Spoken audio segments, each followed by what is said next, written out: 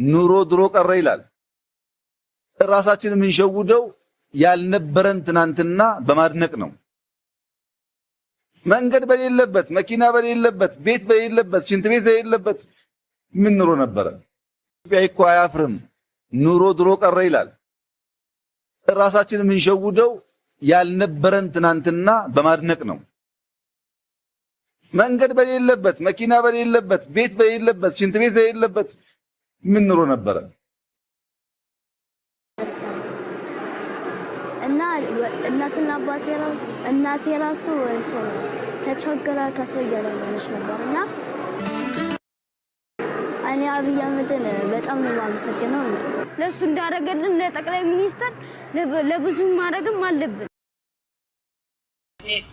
አረብሪን ባቡር ሊባሻም ነባሩ ወማኩዳ ጅራን አራሴናኑ አራጃራን ዱዌሬ ገተቁማ ኩዳ ሻኒ ጋጣፍ ማይጋና ጅራ አለባጊያ ዳሬናን ጅሬኒ አማዲ ወይዳው ደርዋቴራ አበዲ አሚሌ ቡሊ ኩዳ ሰልዴ ማይ ኩዳ ሰልዴ አሚሌ ቡሊ ሶሶማ ፈታ ወርሚቲ አማ ፋጀቴ ናጌቴ አጅመና ዲክፍቲ ከማዲ አጅመና Agora birri atti jennan yo birri dufani kamilo ni namni sadi ku imama tamat kun ille wonna nagai akkara kabate ji madera na agora wa hello wo bilito na rufu yetti bilito gibiri kara ka dinu we surrenu manwar kalu fambuini dama si teje duwani le gibirti je horin ille gibira jera ay amadini le gibiraj haga fire mirani diola kame tagayar hinu yu nafarra yu kane amara bisi tabeti jiraje amma sanu tuke amadati da batati ori guyala mal wef gode akaluku bakal bati kabde yevete dute tilgete ajje sa kabadi le akata amma gibira jarati akabadi ali daisi tabe Wah, buya lama nak amma kaburu nak ditukari. Akana jirra rabbu abwa asrana dibne.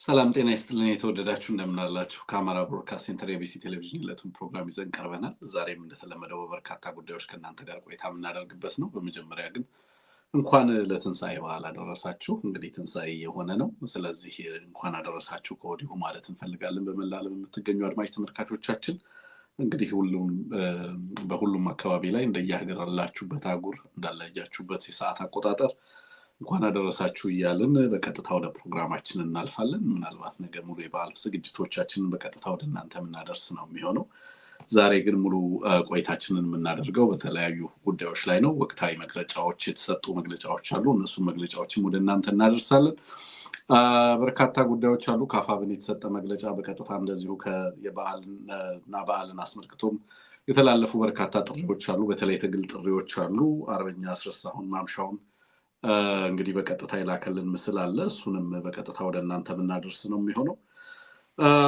ጀነራሉን ያሳቀውን እንደዚሁ የሰራዊት ትርምስ በተመለከተ ትላንትና ጀነራል ተፈራ ጋር ባደረግነው ቃለ መጠይቅ ያነሳቸው አንዳንድ ነገሮች አሉ እነሱን ወደ እናንተ እናደርሳለን አምባሳደሩ እንደዚሁ በደንደን ገስት ሃውስ ተገኝተዋል እጅግ እንግዲህ እኚህ አምባሳደር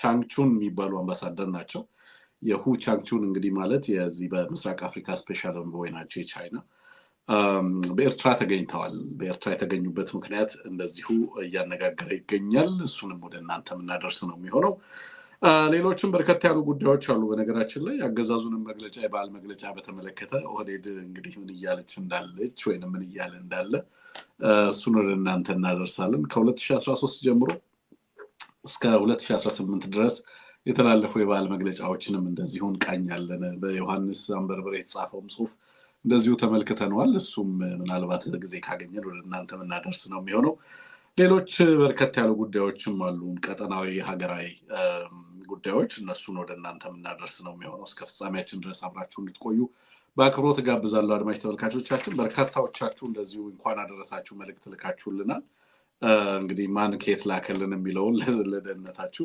በተለያየ ምክንያት ስሞቻችሁን አልጠራም ግን የላካችሁልንን መልእክት አንዳንዱን ማንበብ እችላለሁኝ ኦኬ አንድ የደረሰኝ መልእክት እንግዲህ ብንመኝም ፈተናውን አናስቀርም መጽናት ግን እንችላለን የሚል ገጽ በተለይ ኢትዮጵያ ብሮድካስቲንግ ኮርፖሬሽን ያወጣውን አንድ ገጽ ይዛችሁ ስክሪንሾት አድርጋችሁ የኦህዴድ ብልጽግና ጫፍ የደረሰ ብርድ ብላችሁ የላካችሁልን አላችሁ። እንደዚህ አይነት መግለጫዎች እንግዲህ በጣም ፈተና ውስጥ ነው ያለነው የሚል ነገር ነው እንግዲህ አገዛዙ ዛሬ ሲያስተጋባው ያለው። በአንድ በኩል ትንሳኤ ሆኗል ይላል፣ በሌላ በኩል ግን የገባበትን ማጣብቂኝ ለመደበቅ እንዳልሞከረ በግልጽ እናሳያለን ዛሬ። ሌሎች ጉዳዮችም እንደዚሁ ሌሎች የላካችሁልን መልእክት አለ። አንዱ ረዘም የሚሉትን መልእክቶች ለጊዜው ተዋቸዋለሁ። ትንግርቱና እንሙት ጀግኖቻችን እንዴት አላችሁ ይላል። እንኳን ለትንሳኤ በዓል አደረሳችሁ። ያለንበት ሁኔታ እናውቃለን። ከድል በኋላ ፍልቅልቅ ብለን እናከብራለን። አውሬው ዩቲዩብን ዘግቶ ልቡን ልቅ ብሏል። ግን ደግሞ ተመልሳችሁ በመምጣታችሁ ደስ ብሎናል። እንኳን ደስ ያላችሁ ማለት ፈልጋለሁ የሚል መልእክት እንደዚሁ የላከልን ሰው አለ። ሰለሞን እንደዚሁ ከአሜሪካ ነገር ይመስለኛል።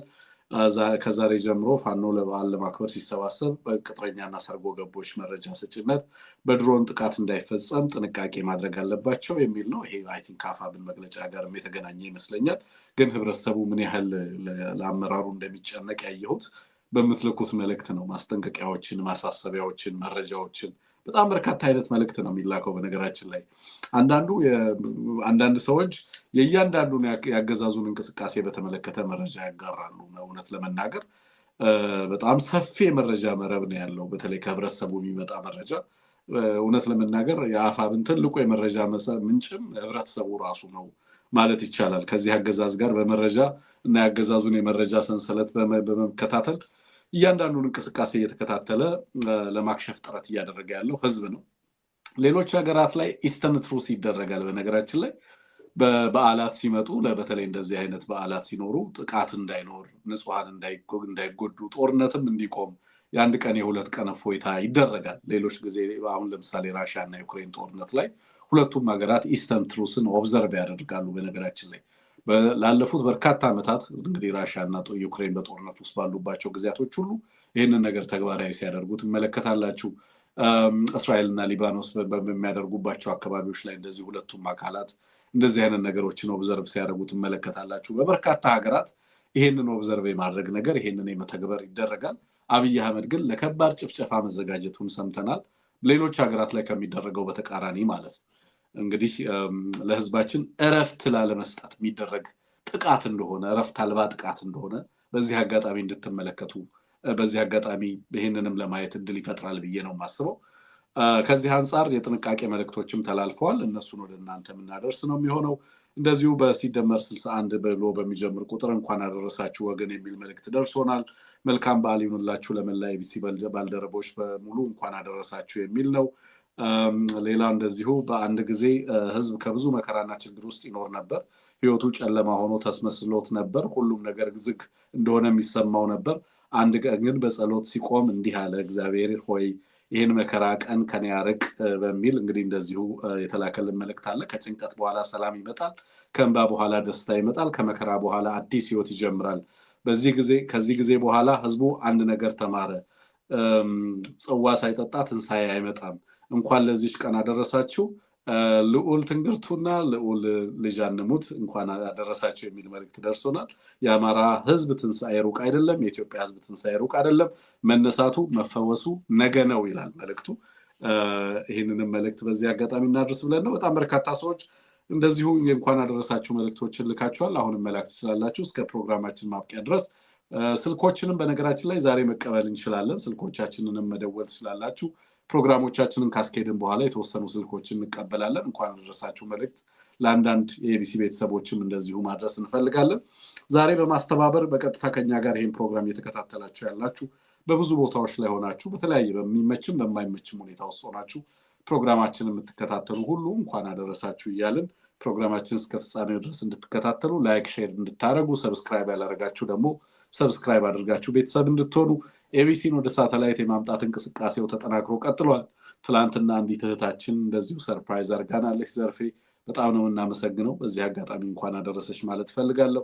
እሷም አንደኛ ሁለተኛ አልሆንም እንግዲህ ከቀዳሚዎቹ ኤቢሲን ወደ ሳተላይት ለማምጣት በሚደረገው ጥረት ውስጥ የበኩሌን ላድርግ ብላ ገንዘብ ልካለች። እሱንም እንደዚሁ በኤቢሲ ስም እንዳመሰግን ተጠይቄያለሁ። ስለዚህ እንኳን አደረሰሽ። በጣም ከልብ እናመሰግናለን። ሌላም ሰዎች እንደዚሁ ከተለያየ ቦታ ላይ ሆናችሁ በተለይ አይ ቲንክ ከጀርመን ይመስለኛል አንዲት እህትም እንደዚሁ ልካለው ብላለች። ኤቢሲን ወደ ሳተላይት በመመለስ ረገድ የራሴን አስተዋጽኦ አደርጋለሁ የሚል ከእንግሊዝም እንደዚሁ መልእክት የጻፋችሁልን ሰዎች አላችሁ። እጅግ አድርገን እናመሰግናለን። ከበዓል በኋላ እንግዲህ አብዛኞቻችሁን ኮንታክት ማድረግ እንጀምራለን ማለት ነው። እንኳን አደረሳችሁ ሁላችሁንም በዚህ አጋጣሚ ማለት ፈልጋለሁ። ሌላው የኤቢሲ ቤተሰቦች ሰለቸን ደከመን ሳትሉ ኤቢሲን እያስተባበራችሁ መልእክቶችን እዚህ እያጋራችሁ በየዕለቱ የኤቢሲ አጋፋሪ ሆናችሁ ለምታግዙን እህት ወንድሞች ከልብ ነው የምናመሰግነው። ኬዋይ እንኳን አደረሰሽ፣ አስናቀች እንኳን አደረሰሽ፣ ልዩ ፋክት፣ ትንቢት ሁላችሁም እዚህ ላይ የማያችሁ ሰዎች እንኳን አደረሳችሁ። ወርቅዬ እንኳን አደረሰሽ፣ ወዝወዝ ጀውሰው እንኳን አደረሳችሁ። ሁላችሁንም የኤቢሲ ቤተሰቦች ከመላ ዓለም የተለያየ ቦታ ሆናችሁ ፕሮግራማችንን የምትከታተሉ ሁሉ መልካም ቆይታ እንዲሆንላችሁ ከልብ በመመኘት ወንድም አንሙትን ወደ ፕሮግራሙ ጋብዛለሁ። መልካም ቆይታ ይሆንላችሁ።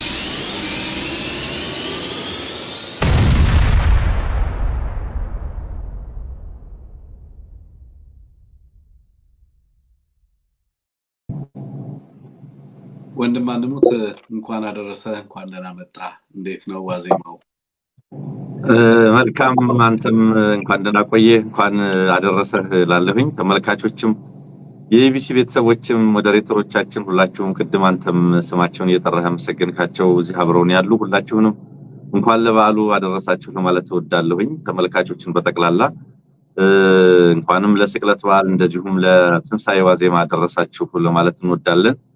ተለምዶብን እንኳን በሰላም አደረሰን ነው የምንባባለው። ነገር ግን በእኛ ትግል ውስጥ በሰላም አደረሰን አይደለም የሚባለው፣ እንኳን በጽናት አደረሰን ነው። ምክንያቱም ሰላም በሌለበት ሀገር በሰላም አደረሳችሁ እየተባለ ተለምዷዊ ሆኖ ስለሚነገር በሰላም የደረሰች ኢትዮጵያ የለችም፣ በሰላም የደረሰ ኢትዮጵያዊ የለም።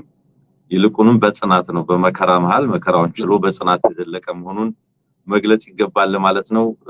ተስፋ አደርጋለሁ ይሄ በዓል መልካም ይሁንልን፣ እውነትም ትንሳኤያችን ይሁንላለሁ። በቸርነቱን የደረስነው ነው እንግዲህ እያልክ ያለው አንሙት። እንደየእምነታችሁ ለሀገራችሁ ለወገኖቻችሁ በስደት በስር በተለያየ ቦታ ላይ ላሉ ሁሉ በጸሎት በዱዓ አስቧቸው። በዚህ አጋጣሚ እንግዲህ በድጋሚ ሁላችሁንም እንኳን አደረሳችሁ ማለት ፈልጋለሁ። ኢትዮጵያውያንና ኢትዮጵያውያት በቀጥታ ወደ ፕሮግራማችን እናልፋለን። አንሙት ሁለት የእንኳን አደረሳችሁ መልእክቶች አሉን። አንደኛው አገዛዙ ከ2013 ጀምሮ ያስተላለፋቸው የእንኳን አደረሳችሁ መልእክቶችን አንድነትና ይዘት እንገመግማለን። ግን ያገዛዙ ጉዳይ ለኛ ሰከንድሪ ነው። እኛ በዚህ ትግል ውስጥ ትልቁ ፎከሳችን የአማራውን አቅም በመገንባት ረገድ እና አማራው ራሱ ላይ የሚሰራቸው ስራዎች ናቸው። በአጠቃላይ በኢትዮጵያ ውስጥም በቀጣይ በቀጠናው ላይ በሚኖሩ ፖለቲካዊ እና ዲፕሎማሲያዊ አቋሞቻችን የሚወሰኑት በሚል እናምናለን። በዋናነት ካገዛዙ አቅምና ካገዛዙ አቋም ይልቅ ማለት ነው። ያገዛዙ መግለጫ ሰከንደሪ ነው። እውነት ለመናገር ላይክ አልፎ ነው የምንመለከተው። ግን በዋናነት ከአርበኞቻችን ከአማራ ተጋድሎን ከሚመሩ አካላት የሚላኩልን መልእክቶች ናቸው በዋናነት ለህብረተሰባችን እንዲደርሱ የምንፈልገው። ስለዚህ በዋናነት እሱን እናስቀድማለን። አርበኛ አስረስ የእንኳን አደረሳችሁ መልእክት ያፋብንን መልእክት አስተላልፈዋል። እሱን በቀጥታ ለአድማጭ ተመልካቾቻችን እናደርሳለን። ከዛ በኋላ አገዛዙስ ምን እያለ ነው የሚለውን ነገር ደግሞ ተመልሰን እንቃኛለን። አንሙት እንኳን አደረሰ። በድጋሚ መልእክቱን በቀጥታ እንስማና እንመለሳለን። ጠላቶቻችንና ከሃዲዎች የጫኑብን የጥፋት አዋጅ ይገፈፋል፣ የህዝባችን ትንሳኤም ይበሰራል። እንኳን ለ2018 ዓመተ ምህረት የትንሳኤ በዓል በሰላም አደረሳችሁ። የትንሳኤ በዓልን አስመልክቶ ከአማራ ፋኖ ብሔራዊ ንቅናቄ የተሰጠ መግለጫ። የአማራ ፋኖ ብሔራዊ ንቅናቄ አፋብን ለክርስትና እምነት ተከታዮች በሙሉ እንኳን ለትንሳኤ በዓል በሰላም አደረሳችሁ ይላል። ከጌታችን ትንሳኤ የምንማረው በሐቅና በእውነት መንገድ የጸኑት ማሸነፋቸው አይቀሬ መሆኑን ነው። የአማራ ህዝብ በሐሰተኞች ህግና ማሰሪያ በአረመኔዎች ጭፍጨፋና ድብደባ አንገቱን ደፍቶ ነፃነት አጥቶ ተሳዳጅና ተቅበዝባዥ ሆኖ እንዲኖር ዘመናትን የተሻገረ የሴራ ትብታብ የተገመደበት ቢሆንም አንገቱን ቀና አድርጎ ለማንነቱና ለክብሩ የሚዋደቀው አዲሱ የትንሳኤ ትውልድ ከመከራው ሸለቆ መሃል ተከስቷል። የአማራ ህዝብ ትንሳኤ አይቀሬነትም በሰራዊታችን ቀጣይነትና ተከታታይነት ያላቸው ደማቅ ድሎች ተረጋግጧል። በጠላት ልብ ውስጥ ተሰብሮ የተቀመጠ ወይም ላይነሳ የተቀበረ ተደርጎ ተነገረበት በካህዲዎችና በሐሰተኞች ልቦና ውስጥ የትግሉ ፍሬ እንደማይታይና እንደማይበላ ተደርጎ የተተረከበት የአማራ ህዝብ በጀግናው የአማራ ፋኖ ብሔራዊ ንቅናቄ ሰራዊትና ደጋፊ ህዝባችን ልቦና ውስጥ በተከተበው አዲሱ ተስፋና የሰመረ ተጋድሎ አማራ ህልውናውን ማረጋገጥ የሚችል ለትንሳኤው የቀረበ ሆኖ በሁሉም አእምሮ ውስጥ ተስሏል። በዚህ አጭር ጊዜ ህዝባችን ላይ የታወጀውን የዘር ማጥፋት ጦርነት አዋጅ ያልተቋረጠ ሁለንተናዊ ጥቃት በጽኑ ትግል መመከት ችለናል። በትግላችን የአማራ ህዝብ የትንሳኤ መንገድ ተልመን የጀመርነው መንገድ የመከራውን ቀንበር ጨርሶ በማስወገድ ትንሳኤው የሚገኝበትን ግልጽ አስቻይ ሁኔታ ፈጥሯል። በዚህ ትግልም የአማራ ህዝብ የህልውና አደጋ ተቀልብሶ ትንሳኤው የሚበሰረው በልጆቹ ክንድ፣ በልጆቹ ድርጅት፣ በልጆቹ ልብና በልጆቹ የሰላ አእምሮ በሚፈጠረው ፖለቲካዊ ንድፍና በዚያ ላይ የተመሰረቱ የትግል ስልቶችና ወታደራዊ ጥበቦች መሆኑን ያስመሰከረ ተቋም ገንብተናል። የድል ጉዞም ጀምረናል። የህዝባችን ትንሳኤ ካለ ጥርጥር የሚበሰር መሆኑን የተረዱ የጠላት ኃይሎች ድምጻቸውና ጩኸታቸው ብቻ ሳይሆን ሴራቸውና የክፋት ሰንሰለታቸው ተበጣጥሶ ጉልበታቸውና አቅማቸው ማሾ የምናይበት ጊዜ ቅርብ ነው። የአማራ ፋኖ ብሔራዊ ንቅናቄ የሚመራው የህልውና ትግላችን የድል እንድርድሪቱን ቀጥሎ በተሟላ አሸናፊነት ትንሳኤውን ለማብሰር ወሳኝ የመታጠፊያ ምዕራፍ ላይ ይገኛል። ይህ ለአማራ የመነሳት ዘመን ነው። በራስ ጠልነት የአማራን ህዝብ ያሻሻጡ፣ በሽራፊ ገንዘብ ደልለው የሸጡ፣ በህዝባችን ህልውና ላይ የሞት የፍጅት የመፈናቀልና ሀገር አልባነትን ፈርደውና አውርሰው እጃቸውን ከደሙ ንጹህ ነኝ ለማለት የታጠቡና ወደድ ባያቃቂረኞች የሚያፍሩበት የሚጸጸቱበትና አንገታቸውን የሚደፉበት ጨርሰው የሚወገዱበት የታሪክ ምዕራፍ ነው። ከዚህ በተቃራኒ በህዝባዊነት የጸኑት በአማራዊ ብሔራዊ ቁጭትና ንቃት ዘወትር በሁሉም የትግል መስኮች ለህዝባዊ ዓላማ ለሚለፉት የትንሳኤ ዘመን ነው። እርግጥ ነው የጦርነት ዘመን ነው። በታንክም በባንኩም ከገጠመን የአብይ አህመድ ሰራዊት ጋር ጦርነት የገጠምንበት ዘመን ነው። እንዲሁም ከአማራው አብራክ የወጡ ግን ደግሞ በክደት በሁሉም መስክ ህዝቡን አቆርቁዘው ለጥቃት ብሎም ለህልውና አደጋ ያጋለጡት እና በታሪኩ ሆኖ በማያውቅ ደረጃ የህልውና አደጋ ውስጥ እንዲገባ ካደረጉት ጋር ፊት ለፊት የገጠምንበት ዘመንም ነው። አገዛዙና ለአገዛዙ ያደሩ የኛ ሰዎች በክደት ከሚፈጽሙት ውድመት ለመውጣት የራስን ብሔራዊ አስተውሎት የራስን የትግል መንገድ ቀይሶና በራስ በቅነት እንዲነሳ ብሎም አማራነትን ሙሉእነትና ስምረት ባለው ልክ ዳግም ለመትከል የምንፋለምበት የጦርነት ዘመን ነው። ግን ደግሞ ጦርነቱ የትንሳኤ ምልክትም ነው። ለህልውና አደጋ ያጋለጡንን ውስጣዊና ውጫዊ ችግሮችን እና መግፈያዎቻቸውን ስንረዳ የህዝባችንን የቆዩ ብሔራዊ አስተውሎቶች ስንመረምርና ስናውቅ ብሔራዊ ንቃት የተላበሰ ትውልድ መፍጠር እንደሚቻል በተግባር ተምረናል። ይህ ምዕራፍ ለመራር ተጋድሎ በጋራ እንነሳ ዘንድ ያስቻለንን ብሔራዊ ቁጭት ፈጥሯል። ይህም ጠላታችንን ለይተን በየዘርፉ እንድንፋለመው በማድረግ የአሸናፊነታችን ማመሳከሪያ ሆኗል። ጥንትም ሆነ ዛሬ ፖለቲካ ትግል ዓለምም ሆነ በመንፈሳዊ አስተምሮ በሐቀኝነትና በጽናት የሚደረግ ተጋድሎ ፍጻሜው አሸናፊነት ነው። ይህ ትውልድ ካለ ጥርጥር በቀራኒው አደባባይ በህዝባችን ላይ የተቸነከሩ የበደል ችንካሮችን በደሙና በአጥንቱ ነቅሎ ይጥላል። ጠላቶቻችን በሴራ ቀብረነዋል ያሉትን የአማራ ህዝብ እውነት ብሎም ሐቀኛ ሀገር ወዳድነትና ነጻነትን ዳግም ያስነሳል። በመጽናት ከስቅለት በኋላ ትንሳኤ እንዳለ ሁሉ ከትንሳኤ በኋላም ህይወት በህግና በመርህ የመምራቱ ግዴታ እንደመጣው ሁሉ ድርጅታችን የአማራ ፋኖ ብሔራዊ ንቅናቄ ከድል በኋላ ለህዝባችን የሚመች የሚቆም የሚታመን ስርዓት ለመገንባት የጀመራቸውን ድርጅታዊ የመዋቅር ዝርጋታዎች ሁለንተናዊ ትስስሮች አጠናክሮ በማስቀጠል ህልውናችን በጸና ብሔራዊ አንድነት ክንድ እንዲረጋገጥ በየዕለቱ እየተጋ ይገኛል። የአማራ ፋኖ ብሔራዊ ንቅናቄ የተተበተቡ የሴራ ድሮችን በመበጣጠስና የተቀመጡ የዓላማ መዳረሻዎችን በማጤንና በማጠናከር ከለት ወደ ለት ህዝባችንን የህልውና አደጋ ያከሸፈ ወደ ሙሉ የነጻነት ጉዞ መስመር የገባ ሲሆን ድላችን እየተቃረበ ይገኛል። ዘመናትን በተሻገረ የሐሰት ድሪቶ በወለደው ፖለቲካዊ ትርክት የህልውና አደጋ ላይ የወደቀው ህዝባችን የትላንቱን ብሔራዊ አስተውሎት ከዘመኑ ጋር በስምረት በሚያዋድድ የትግል ስልት ጠላታችንን ድል እንነሳ ዘንድ አፋብን የትግል ጥሪ ያስተላልፋል።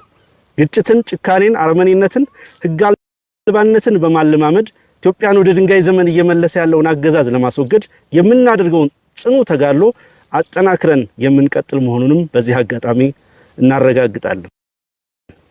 በድርጅታችን፣ በሰራዊታችን፣ በክንዳችን፣ በእውቀታችንና በህዝባችን የዓላማ ጽናትና ድጋፍ ድል እንነሳለን። ትንሳኤያችንም ይበሰራል። ለዚህም እስከዛሬ ካደረግነው የበለጠውን ለማድረግ ወሳኙን ድል ለመቀዳጀት የመጨረሻውን ፍልሚያ ለማድረግ በሁሉም መስክ እንዘጋጅ፣ እንትጋ። በመጨረሻም የአማራ ፋኖ ብሔራዊ ንቅናቄ ለሰራዊታችንና ለአመራሩ በአገር ውስጥና በውጭ ላለው ህዝበ ክርስቲያን እንኳን ለትንሳኤ በዓል አደረሳችሁ እያለ መልካም በዓል እንዲሆንላችሁ እየተመኘ የድርጅታችን አባላት በበዓል አከባበር ወቅት መደረግ ያለባቸውን የጥንቃቄ ተግባራት በሙሉ እንዲፈጽሙ እናሳስባለን። የአማራ ፋኖ ብሔራዊ ንቅናቄ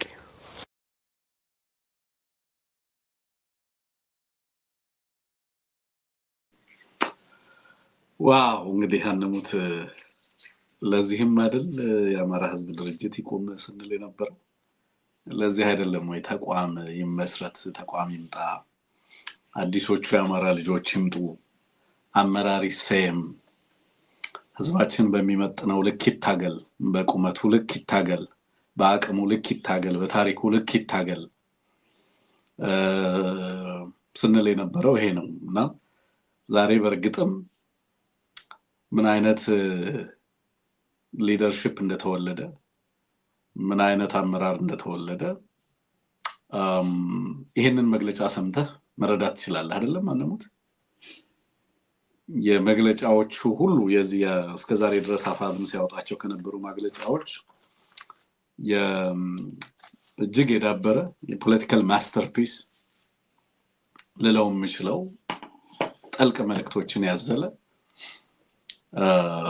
መግለጫ ሆኖ ነው ያገኘሁት። እንኳን አደረሳችሁ መልእክት ሆኖ ነው የተመለከትኩት። አንሙት እንኳን አደረሳችሁ መልእክት ብቻ አልነበረም።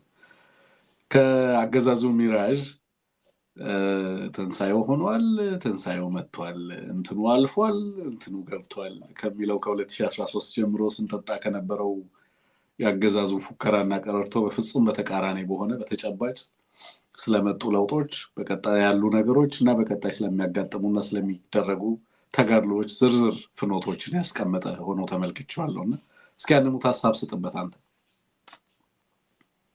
መልካም መልእክት ያዘለ ነው። ጠንካራ ይዘቶች ተመልክቼበታለሁ። አንዳንድ ጉዳዮች ደግሞ የበለጠ ትኩረት የሚፈልጉ ናቸው። ለምሳሌ አዲሱ የትንሳኤ ትውልድ ከመከራው ሸለቆ መሃል ተከስቷል ይላል። በብዙ ችግር ውስጥ በብዙ ትርክት ውስጥ በብዙ መከራ ውስጥ ያለፈ ማህበረሰብ እንደመሆኑ አዲሱ የትንሳኤ ትውልድ ማለት ብዙ ነገር ማለት ነው። ይሄ ትውልድ የትንሳኤ ትውልድ ነው። ይሄ ትውልድ የአማራን ትንሳኤ ያረጋግጣል፣ እውን ያደርጋል። ስለሆነም ይሄ ትውልድ ከመከራው ሸለቆ መሃል ቆሟል፣ ተከስቷል የሚለው አንደኛው ቀልቤን ከገዙት ሐረጎች መካከል ነው። በጣም ቆንጆ ይዘት ያለው መግለጫ ነው። በተለይ የአማራ ህዝብ ህልውና አደጋ ተቀልብሶ ትንሳኤው የሚበሰረው በልጆቹ ክንድ፣ በልጆቹ ድርጅት፣ በልጆቹ ልብና በልጆቹ የሰላ አእምሮ በሚፈጠረው ፖለቲካዊ ንድፍና በዚያ ላይ የተመሰረቱ ትግል ስልቶችና ወታደራዊ ጥበቦች መሆኑን ያስመሰከረ ተቋም ገንብተናል፣ የድል ጉዞም ጀምረናል የሚል ይሄ የራስ በቅነት ጉዳይ ከዚህ ነው የሚጀምረው። በራሱ ልጆች፣ በራሱ ክንድ፣ በራሱ ድርጅት፣ በራሱ ልብ፣ በራሱ ልጆች የሰላ አእምሮ የሚፈጠር ፖለቲካዊ ንድፍና ድል መሆኑን የጠቀሱበት ነው። ከምንም በላይ በተለይ ይህ ዘመን የአማራ መነሳት ዘመን ነው ብለዋል። የመከራ ዘመን ነው፣ የጦርነት ዘመን ነው። አገዛዙ የኢትዮጵያ ትንሳኤ ዘመን ነው ይላል። ነገር ግን የኢትዮጵያ የጦርነት ዘመን ነው። ኢትዮጵያ ከራሷ ጋር ጦርነት ከገጠመች አመታት ተቆጥረዋል። ስለዚህ ይሄ አዲሱ የትንሳኤ ትውልድ ግን ይህን ዘመን የአማራ የትንሳኤ ዘመን እያደረገው እንደሆነ በዚህ መግለጫ ላይ ትመለከታለህ። እዚህ ላይ ሁለት ሐሳቦች አሉ። አንደኛው ይሄ የራስ ጠልነት አመለካከቱ በተለይ የአማራን ህዝብ ያሻሻጡ ይላቸዋል። በሽራፊ ገንዘብ ደልለው ይሸጡ፣ በህዝባችን ህልውና ላይ ሞት ፍጅት መፈናቀልና ሀገር አልባነትን ፈርደውና አውርሰው እጃቸውን ከደሙ ንጹህ ነው ለማለት የታጠቡና ወደድ ባይ አቃቂረኞች የሚያፍሩበት የሚጸጸቱበትና አንገታቸውን የሚደፉበት ጨርሰውም የሚወገዱበት የታሪክ ምዕራፍ ነው ሲል ያስቀምጠዋል። ይሄ ራስ ጠልነት ጋር የተያዘውን ጉዳይ የሚገልጽበት ነው። ከራስ በቅነት ጋር የሚያያይዘውን ጉዳይ ደግሞ በሌላ መንገድ ነው የሚገልጸው። የራስን ብሔራዊ አስተውሎት ይላል፣ የራስን የትግል መንገድ ቀይሶ ይላል፣ በራስ በቅነት እንዲነሳ ብሎም የአማራነትን ሙሉእነትና ስምረት ባለው ልክ ሙሉእነትና ስምረት ይሄ ብዙ ነገር ማለት ነው። ሙላቱ በምንድነው የሚገለጸው? የተሸራረፈ ማንነት፣ የተሸራረፈ መብት፣ የተሸራረፈ ጉዳይ አይደለም። የአማራነትን ሙሉእነትና ስምረት ባለው ልክ ዳግም ለመትከል የምንፋለምበት የጦርነት ዘመን ነው ሲል ነው የሚገልጸውና በአጠቃላይ የትግል ጥሪም አቅርቧል። የመጨረሻውን ፍልሚያ ለማድረግ በሁሉም መስክ እንዘጋጅ፣ በተለይ ዘመናትን በተሻገረ ሐሰት ድሪቶ በወለደው ፖለቲካዊ ትርክት የህልውና አደጋ ላይ ወደቀው ህዝባችን የትላንቱን ብሔራዊ አስተውሎት ከዘመኑ ጋር በስምረት በሚያዋድድ የትግል ስልት ጠላታችንን ድል እንነሳ ዘንድ የትግል ጥሪ ያስተላልፋል አፋብን ነው የሚለውና በጣም ጠንካራ መልእክት ነው። ብዙ ነገሮችን የዳሰሰ ነው። ፖለቲካዊ ወጋግራዎችን ፖለቲካዊ ምሰሶዎችን እዚህ ውስጥ ታገኛለህ ለማለት ፈልጌ ነው። ይሄ ነው በእኔ በኩል የተረዳሁት።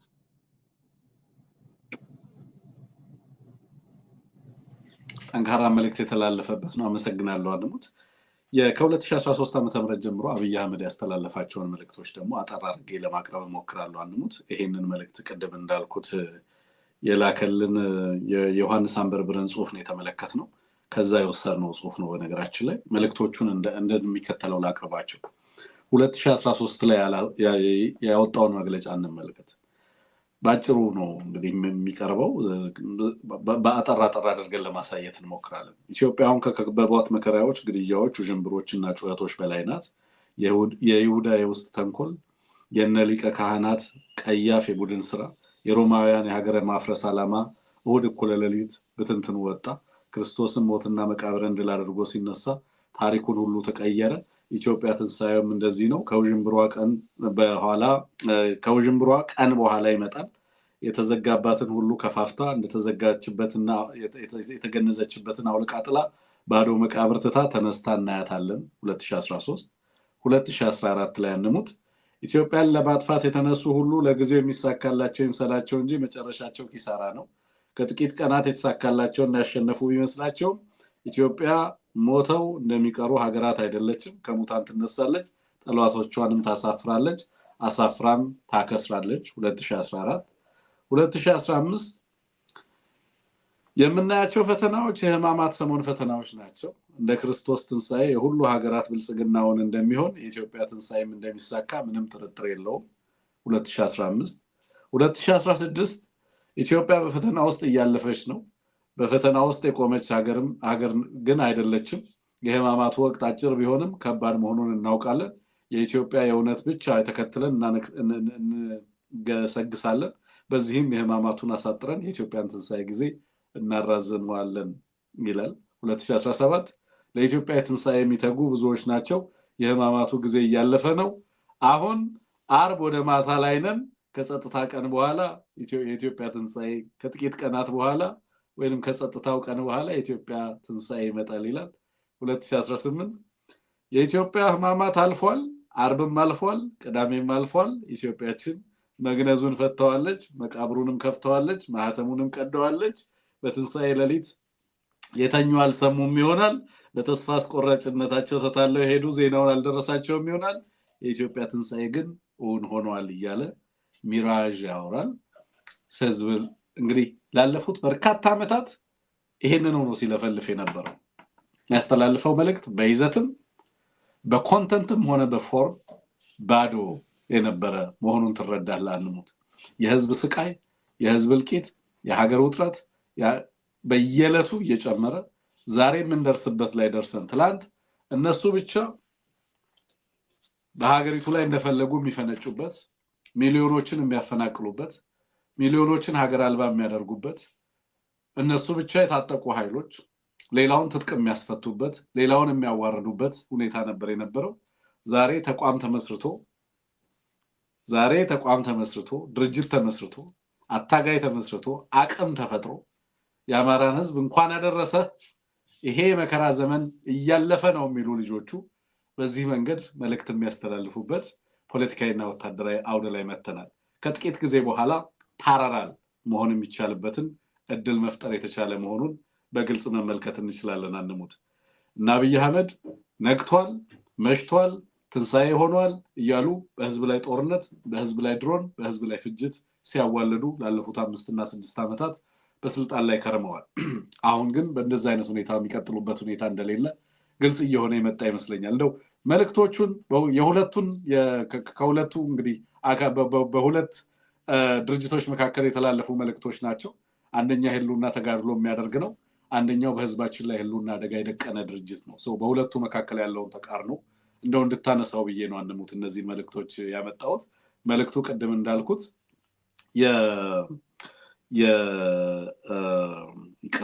የዮሐንስ አንበርብር መልእክት ነው። በተለይ ሁለተኛ ያነበብኩት መልእክት ማለት ነው። መቀጠል ትችላለህ አንሙት።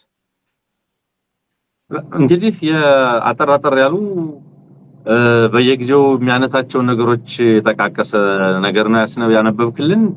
እንግዲህ ከ2013 እስከ 2018 5 ዓመት ነው። በዚህ 5 ዓመት የመጀመሪያውን 4 ዓመት ከተመለከት ፈተና ውስጥ ነን፣ ህመም ውስጥ ነን፣ ችግር ውስጥ ነች ሀገር የሚል ነገር ነው ሙሉውን የሚያነሳው። የዛ ችግር ምንጭ እሱ ራሱ አገዛዙ መሆኑን የተቀበለ አይደለም። የሚገርመው ግን ዘንድሮ ላይ ኢትዮጵያ ህመማቷ አልፏል፣ ኢትዮጵያ መግነዙን ፈታለች፣ ኢትዮጵያ ማተሙን ቀዳለች፣ ተነስታለች፣ ከመቃብሩ ወጣለች ነው የሚለውና በ2018 እና በ2013 መካከል ከ2018 በፊት ወይም ከአሁን በፊት በነበሩ ያለፉት 5 ዓመታት የነበረ ፈተና ዛሬ የተቀረፈ ፈተና ምንድነው የሚል ነው ጥያቄ ማነሳው። ዛሬ ትንሳኤዋ ተበስሯል የሚባለው ትንሳኤ ምንድነው? ኢትዮጵያ የዛሬ 5 ዓመት ወይም ባለፉት 4 ዓመታት በምን ሂደት ውስጥ ነው ያለችው? ዛሬ ምን ላይ ነው ያለችው? ዛሬ እኮ በአብዛኞቹ ክልሎች ከምን ጊዜውም በላይ ሁሌ እንደምንለው የትጥቅ ትግል እና ጦርነት የተፋፋመበት ካለፉት 5 ዓመታት ይልቅ እጅግ በከፋ ሁኔታ ዜጎች በየአቅጣጫው የሚጨፈጨፉበት፣ ወደ ውጊያ የገቡበት፣ ወደ ጫካ የገቡበት፣ ብረት ያነሱበት፣ የኢትዮጵያ ህዝብ የሚቀምሰው ምንድነው የሚለው አጥቶ በከፍተኛ ፈተና ውስጥ ያለበት 38% የሀገሪቱ ህዝብ በከፍተኛ በቀን $3 ማግኘት በማይችልበት ፍጹም ድህነት ውስጥ የሚገኝበት በዓለም 14ኛዋ ድሃ ሀገር በዓለም 14ኛዋ የመጨረሻዋ ድሃ ሀገር ተብላ የተቀመጠችው ሀገር ተነስታለች፣ ትንሳኤዋ ተበስሯል የሚባለው ምን ተደርጎ ነው? ምን ተገኝቶ ይሆን? ዜጎቿን ስለጨፈጨፈች ነው ወይ? በመላው አማራ ንጹሃን በድሮን በሚግ በሚቀጠቀጡበት ታንክ መድፍ እየተነዳ በሚወጉበት ዘመን ላይ አመት ላይ አፋብን እንዳለው ልም ባለው የጦርነት ዘመን ላይ የትንሳኤ ዘመን ኢትዮጵያ ተነሳች መቃብሯን ከፈተች የሚባልበት አግባብ ለኔ በፍጹም ሊገባኝ ያልቻለ ነው። ያም ሆኖ ከምንም በላይ የኢትዮጵያ ወጣቶች እየተገደዱ እየታገቱ ወደ ጦርነት የሚላኩበት ያልቻሉ አገር ጥለው ባህር እና በረሃ ውስጥ የቀሩ ያሉበት የኢትዮጵያ ህዝብ ዛሬ የገዢዎቹን ቸርነት ለጋስነት እንዲመሰክር ቤተመንግስት እየተጠራ ድርጎ የሚሰጥበት ዘመን ላይ የምንገኝበት ከምንም በላይ አዳዲስ ጦርነቶች የተፋፋሙበት የተዘጋጁበት በነገር ላይ ዛሬም ትናንትም ሰሞኑን በከፍተኛ ደረጃ ከፍተኛ የጭነት ጦር ምንድነው የጦር አውሮፕላኖች ከፍተኛ የሆነ የጦር መሳሪያና ሎጂስቲክስ ወደ ደብረ ዘይትና አዲስ አበባ ያራገፉ እንደሆነ መረጃ አግኝቻለሁኝና ለከፍተኛ ጦርነት አሁንም ወጣቷና ህዝቧ እየተዘጋጀ ባለበት እልቂት የሰርክ ተግባር በሆነበት ከጎረቤቶቿ ጋር በሙሉ አይንና ናጫ የሆነችበት መጠራጠር ባላንጣነት በከፋበት የኢትዮጵያ ትንሳኤ የኢትዮጵያ ህማማት አልፏል የሚባለው እንደው ማለት ስለሚፈልግ ነው። እንዲህ ብንላቸው ይሻላል ምን ነገራቸውን ይስሙ ነው ወይንስ ኢትዮጵያውያን አሁን ወደ ከፋው ህማም እየገቡ ነው የሚለውን የሚገልጽልኝ?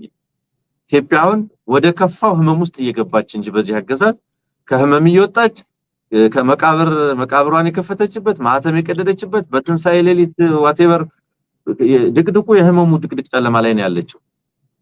ለኔ የሚታየኝ እሱ ነው።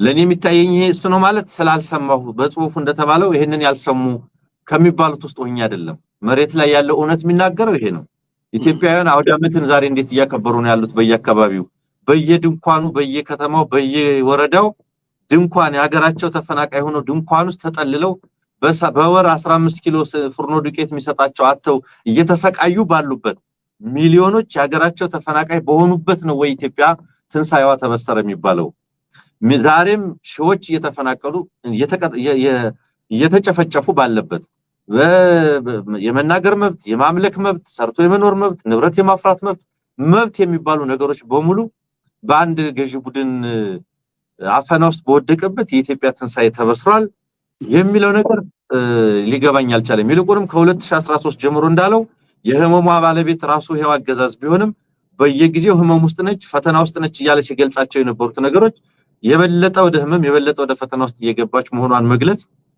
ትክክለኛው ወቅታዊ ሁኔታዋን ይገልጻል የሚል አረዳድ ነው ያለኝና አፋብን ኢትዮጵያ ጦርነት ላይ ነች ነው የሚለው በርካታ የውጭ ጸሐፊዎችም ኢትዮጵያ ከራሷ ጋር ጦርነት ላይ ነች ይያሉ ደጋግመው ሲናገሩ እናስተውሳለን አገዛዝ ደግሞ ኢትዮጵያ ትንሳኤ ላይ ነች ነው ይያለ ያለው ይሄ ነው እንግዲህ የአማራ ክልልን ጦርነት ተቆጣጣረናል ይያለ የሚነግረን አገዛዝ ስለሆነ ብዙ መገረምበት አይደለም ልል ነው ህዝብ ግን ሊሸወድ ስለማይገባ ይሄንን ትርክት መልሶ ላገዛዙ መመለስና መስጠት ተገቢ ስለሆነ ነው ማንሳት አንሞት እንግዲህ የትኛው ነው ትንሳኤ የሚለው ነገር እናንሳ ኢትዮጵያ ተነስታለች አልሰሙም ይሆናል እንጂ ያለ ሲያወራ ምናልባት እንግዲህ ሁለት ማህበረሰብ በሀገሪቱ ውስጥ ሁለት አይነት ህዝብ ፈጥረው ከሆነ አላውቅም ለአንደኛው ትንሳኤ ለአንደኛው መከራ ሆኗል የሚል አይነት መልእክት እንግዲህ ለትንሳኤ ተጠሩ አካላት ከሌሉ በስተቀር በህዝባችን ላይ ያለም በአማራ በትግራይ በኦሮሚያ በሌሎች አካባቢዎች የምናያቸው ስቃዮች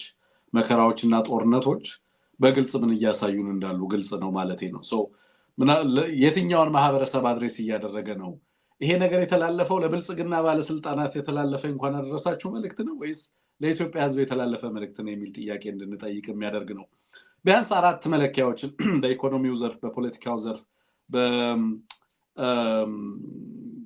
በዲፕሎማሲው ዘርፍ እና በሌሎችም በማህበራዊ ዘርፍ ያሉትን አራት ነገሮች እንደው ዝም ብለን ትንንሽ ማሳያዎችን ብናነሳ አንሙት የሶቨሬን ዲፎልት ሀገሪቱ ገጥሟት በዴፕት ሪስትራክቸሪንግ እዳዋ እንዲሸጋገርላት ከሀገራት እየዞረች የምትማጸንበት ዘመን ላይ ደርሳለች በነገራችን ላይ በከፍተኛ የውጭና የሀገር ውስጥ እዳ የጎበጠ ስርዓት የጎበጠ ኢኮኖሚ ነው ሀገሪቱ አገዛዙ እየመራ ያለው የማክሮ ኢኮኖሚ ሪፎርሙ ከመቼ ካታስትሮፍ ይዞ መጣ መከራ ይዞ መጣ እየተባለ እንደውም የሶቨሬን ዲፎልት ኮንታጂን ወደ ጎረቤት ሀገራት እንዳይዛመት የዚች ሀገር እዳዋን አልከፍልም ባይነት ሌሎች የቀጠናውን ሀገራት እንዳያጠቃ ኮንታጂን እንዳታስተላልፍ አካባቢውን እንዳትበክል በጥንቃቄ የምትታይ ሀገር ተደርጋ ነው በኢኮኖሚስቶቹ እና በተለያዩ ዓለም አቀፍ ተቋማት እየተመለከቷት ያሉት ቻይና ፈረንሳይ ጣሊያን በየቦታው እየሄዱ በርም ያንኳኩት በቀጥታ ከዚህ ጋር በተያያዘ ነው በታሪኩ አይታ በማታቀው ደረጃ ነው የሀገሪቱ ከረንሲ ኮላፕስ ያደረገው ገንዘቡን ትናንትና ዛሬ የሚወጡ መረጃዎችን እና ብሉምበርግ ይዘዋቸው የወጡትን መረጃዎች ተመልከት የሀገሪቱ የገንዘብ የመግዛት አቅም በአለም ላይ እጅግ አሳፋሪ በሚባል ደረጃ ከደቡብ ሱዳን ከረንሲ ጋር እኩል ሆኖ ከዛ በታች ሆኖ በአፍሪካ ውስጥ በጣም ዝቅተኛ የመግዛት አቅም ካላቸው ገንዘቦች መካከል ተመድቧል የሀገሪቱ ገንዘብ ይሄንን ነው ትንሳኤ ሆኗል የሚለው ያገዛዝ ሚሊዮኖች በተፈናቀሉበት ሀገር ሚሊዮኖች በጦርነት በሚማስኑበት ሀገር የፖለቲካ ስርዓቱ ኮላፕስ አድርጎ አንሙት እንደምትለው አንተ በጣም በርካታ አካላት የትጥቅ እንቅስቃሴ ውስጥና የትጥቅ ትግል ውስጥ የገቡበት ሀገር በቅርብ ጊዜ አሜሪካን ትራቨል አድቫይዘሪ የአሜሪካ መንግስት ባወጣው ትራቨል አድቫይዘሪ ከ90% በላይ በሚሆኑ የሀገሪቱ አካባቢዎች ላይ መንቀሳቀስ የማይቻልበት ዜጎቹን በፍጹም እንዳትሄዱ እገታ ቀማኛው ሌባው ሽብሩ በሀገሪቱ ውስጥ ሰላም እጦቱ ለሌላ ከፋ አደጋ ያዳርጋቸዋል ተብሎ እንዳትሄዱ በእነዚህ ክልሎች እንዳትሄዱ ተብሎ ትራቨል ዋርኒንግ ወጥቶ ከአዲስ አበባ ውጪ አዲስ አበባም በቀን በተወሰኑ አካባቢዎች ላይ ብቻ ከዛ ውጪ ሌሎች አካባቢዎች ላይ መሄድ አይቻልም እየተባለ የካናዳ የአውስትራሊያ የእንግሊዝ የሌሎች ሀገራት መንግስታት ጭምር እንደዚህ አይነት ዋርኒንጎችን ለዜጎቻቸው እየሰጡ ያሉበትን ሁኔታ ተመለከታል በማህበራዊ ብትወስደው በኢኮኖሚው ብትወስደው ህዝቡ የሚኖርበት የኑሮ ሁኔታ በሀገሪቱ ውስጥ ያለው የድህነት ምጣኔ የምትወስድ በትምህርት በማህበራዊ ልማት በጤና አገልግሎት ሀገሪቱ ያለችበትን ሁኔታ ብትመለከተው በስራ አጥነት በኢኮኖሚው አጠቃላይ በርካታ የማክሮና የማይክሮ ኢኮኖሚ ኢንዲኬተሮችን ብትመለከተ ሀገሪቱ ያለችበት ቀውስ ይነግርሃል ሰሞኑን እንኳን በሆርሙዝ መዘጋት ምክንያት የጎረቤት ሀገራት እንኳን ያላቸውን ጽናትና መቋቋም አቅም ስንመለከት ኢትዮጵያ ውስጥ የነበረውን ሁኔታ መታቀው ነው አንሞት ይሄ አገዛዝ ነው የፖሊሲዎቹ ፌለር ምን ፖሊሲ ያለው እና ስለ ፖሊሲ ፌለር እናወራለን ፖሊሲ ኖሮኮ አኔ ፋንክሽን ማድረግ ሲያቅተው እኮ ነው ፖሊሲው ስለ ፖሊሲ ደካማነት የምታወራው የለም ፖሊሲው መሬት ላይ በነገራችን ላይ በተግባር የሚለካም በአሃዝና በቁጥር የምትመዝነውም አይደለም ለህዝብ ተነስተናል በረናል ከንፈናል እንትኑን ፈተናል ከመቃብር በላይ ነን ከንትን በላይ ነን አልታያቸውም ጨካኞች እንደዚህ ሀሜተኞች ይያለ በየለቱ ህዝብን በእንደዚህ አይነት ቃላቶች ለመሸንገል ለተቀን መግለጫዎች ሲወጡ ተመለከታለ በተጨባጭ ሀገሪቱ ያለችበት ሁኔታ ግን ምን እንደሆነ ህዝብ እየኖረ ያለው ነው እኔ በነገራችን ላይ አብይ አህመድ በተለይ ለጋዜጠኝነት ሙያ አቀለለው ምለው ነገር አንደኛው ሀገሪቱ ያለችበትን ሁኔታ ለህዝብ ማስረዳት የኛ ሚና አይደለም አሁን የጋዜጠኞች ሚና አይደለም ምክንያቱም ምንም ማያቀው ነገር አለና ነው ህዝብ የምንነግረው ምን የማይኖረው ነገር አለና ነው ህዝብ የምንነግረው የኛ ሚና የሆነው ምንድነው ህዝቡ የሚኖረው ኑሮ ኢንቱ ፐርስፔክቲቭ የማስቀመጥ ስራ ነው የኛ ስራ የሆነው ምክንያቱን ማሳየት ነው መንስኤውን ማሳየት ነው የኛ ስራ የሆነው እንጂ ህዝቡ መከራውን አውቆታል ስቃዩን አውቆታል በደሉን አውቆታል የአንድ ኦሮሞ አርሶ አደር አሁንም ማሰማ ምናልባት በኋላ ላይ በዚህ ፕሮግራም ያስጡት ነገር አለ አንድ ኦሮሞ አርሶ አደር የሚናገሩትን ነገር ከዚህ በፊትም ማቅረብያለው ሌሎች ፕሮግራሞች ላይ የተለያዩ አርሶ አደሮችን ዛሬም ያገኘውት አንድ ኦሮሞ አርሶ አደር ጩኸት ነው ሽማግሌው በዚህ ላይ የሚሉት ነገር ምንድነው አንሙት ምናልባት በኋላ ላይ ቴክኒሻናችን ልታሰማን ይችላል ሚሉት ወደ ፈጣሪ ንጩህ ነው ሚሉት ወደ ፈጣሪ እናምባ ቃል በቃል እናልቅስ ወደ ፈጣሪ ንጩህ መከራ ሲኦል ስቃይ ውስጥ ነው ያለነው ነው ሚሉት እኚህ አባት ከብት አውጥተን መሸጥ አልቻልንም ምርት አውጥተን መሸጥ አልቻልንም ማረታችንን ማረስ አልቻልንም ቤት ሰርተን መኖር አልቻልንም ወተን መግባት አልቻልንም ሰላም የለንም ግብሩ ሰማይ ነካ መውጣት መብላት አልቻልንም ምን አይነት ኑሮ ነው ወደ ፈጣሪ ንጩህ ይያሉ ነው የሚማጸኑት ስንዴ ስናወጣ ምርት ወደ ገበያ ስናወጣ በግብር መሬት እርሻችን ይወሰድብናል የትምህርት ቤቱን ክፍያ መክፈል የኑሮ የትራንስፖርቱን መቋቋም አልቻልንም ግብር በግብር ሆነናል መዋጮ በመዋጮ ሆነናል መኖር አልቻልንም ይያሉ የጣር ድምጽ ሲያሰሙ ተሰማለህ እኛ አባት እኔ ማህበረሰቡን ስለማቀው አንሙት የኦሮሞ ሽማግሌዎችንና አባቶችን ንግግር አቀዋለሁ በየትኛው አግባብ በምን አይነት ስሜት ውስጥ ሆነው እንደሚናገሩም ጭምር በደንብ አውቀዋል እዚህ ላይ የማየው የሰውየው ድምጽት ላይ የምሰማው ሐዘንና ምሬት የኢትዮጵያን ህዝብ ምሬት ስቃይና ጉስቁልና ይገልጽልኛል ነው ማለት ልጆቻችንን ትምህርት ቤት መላክ አልቻልንም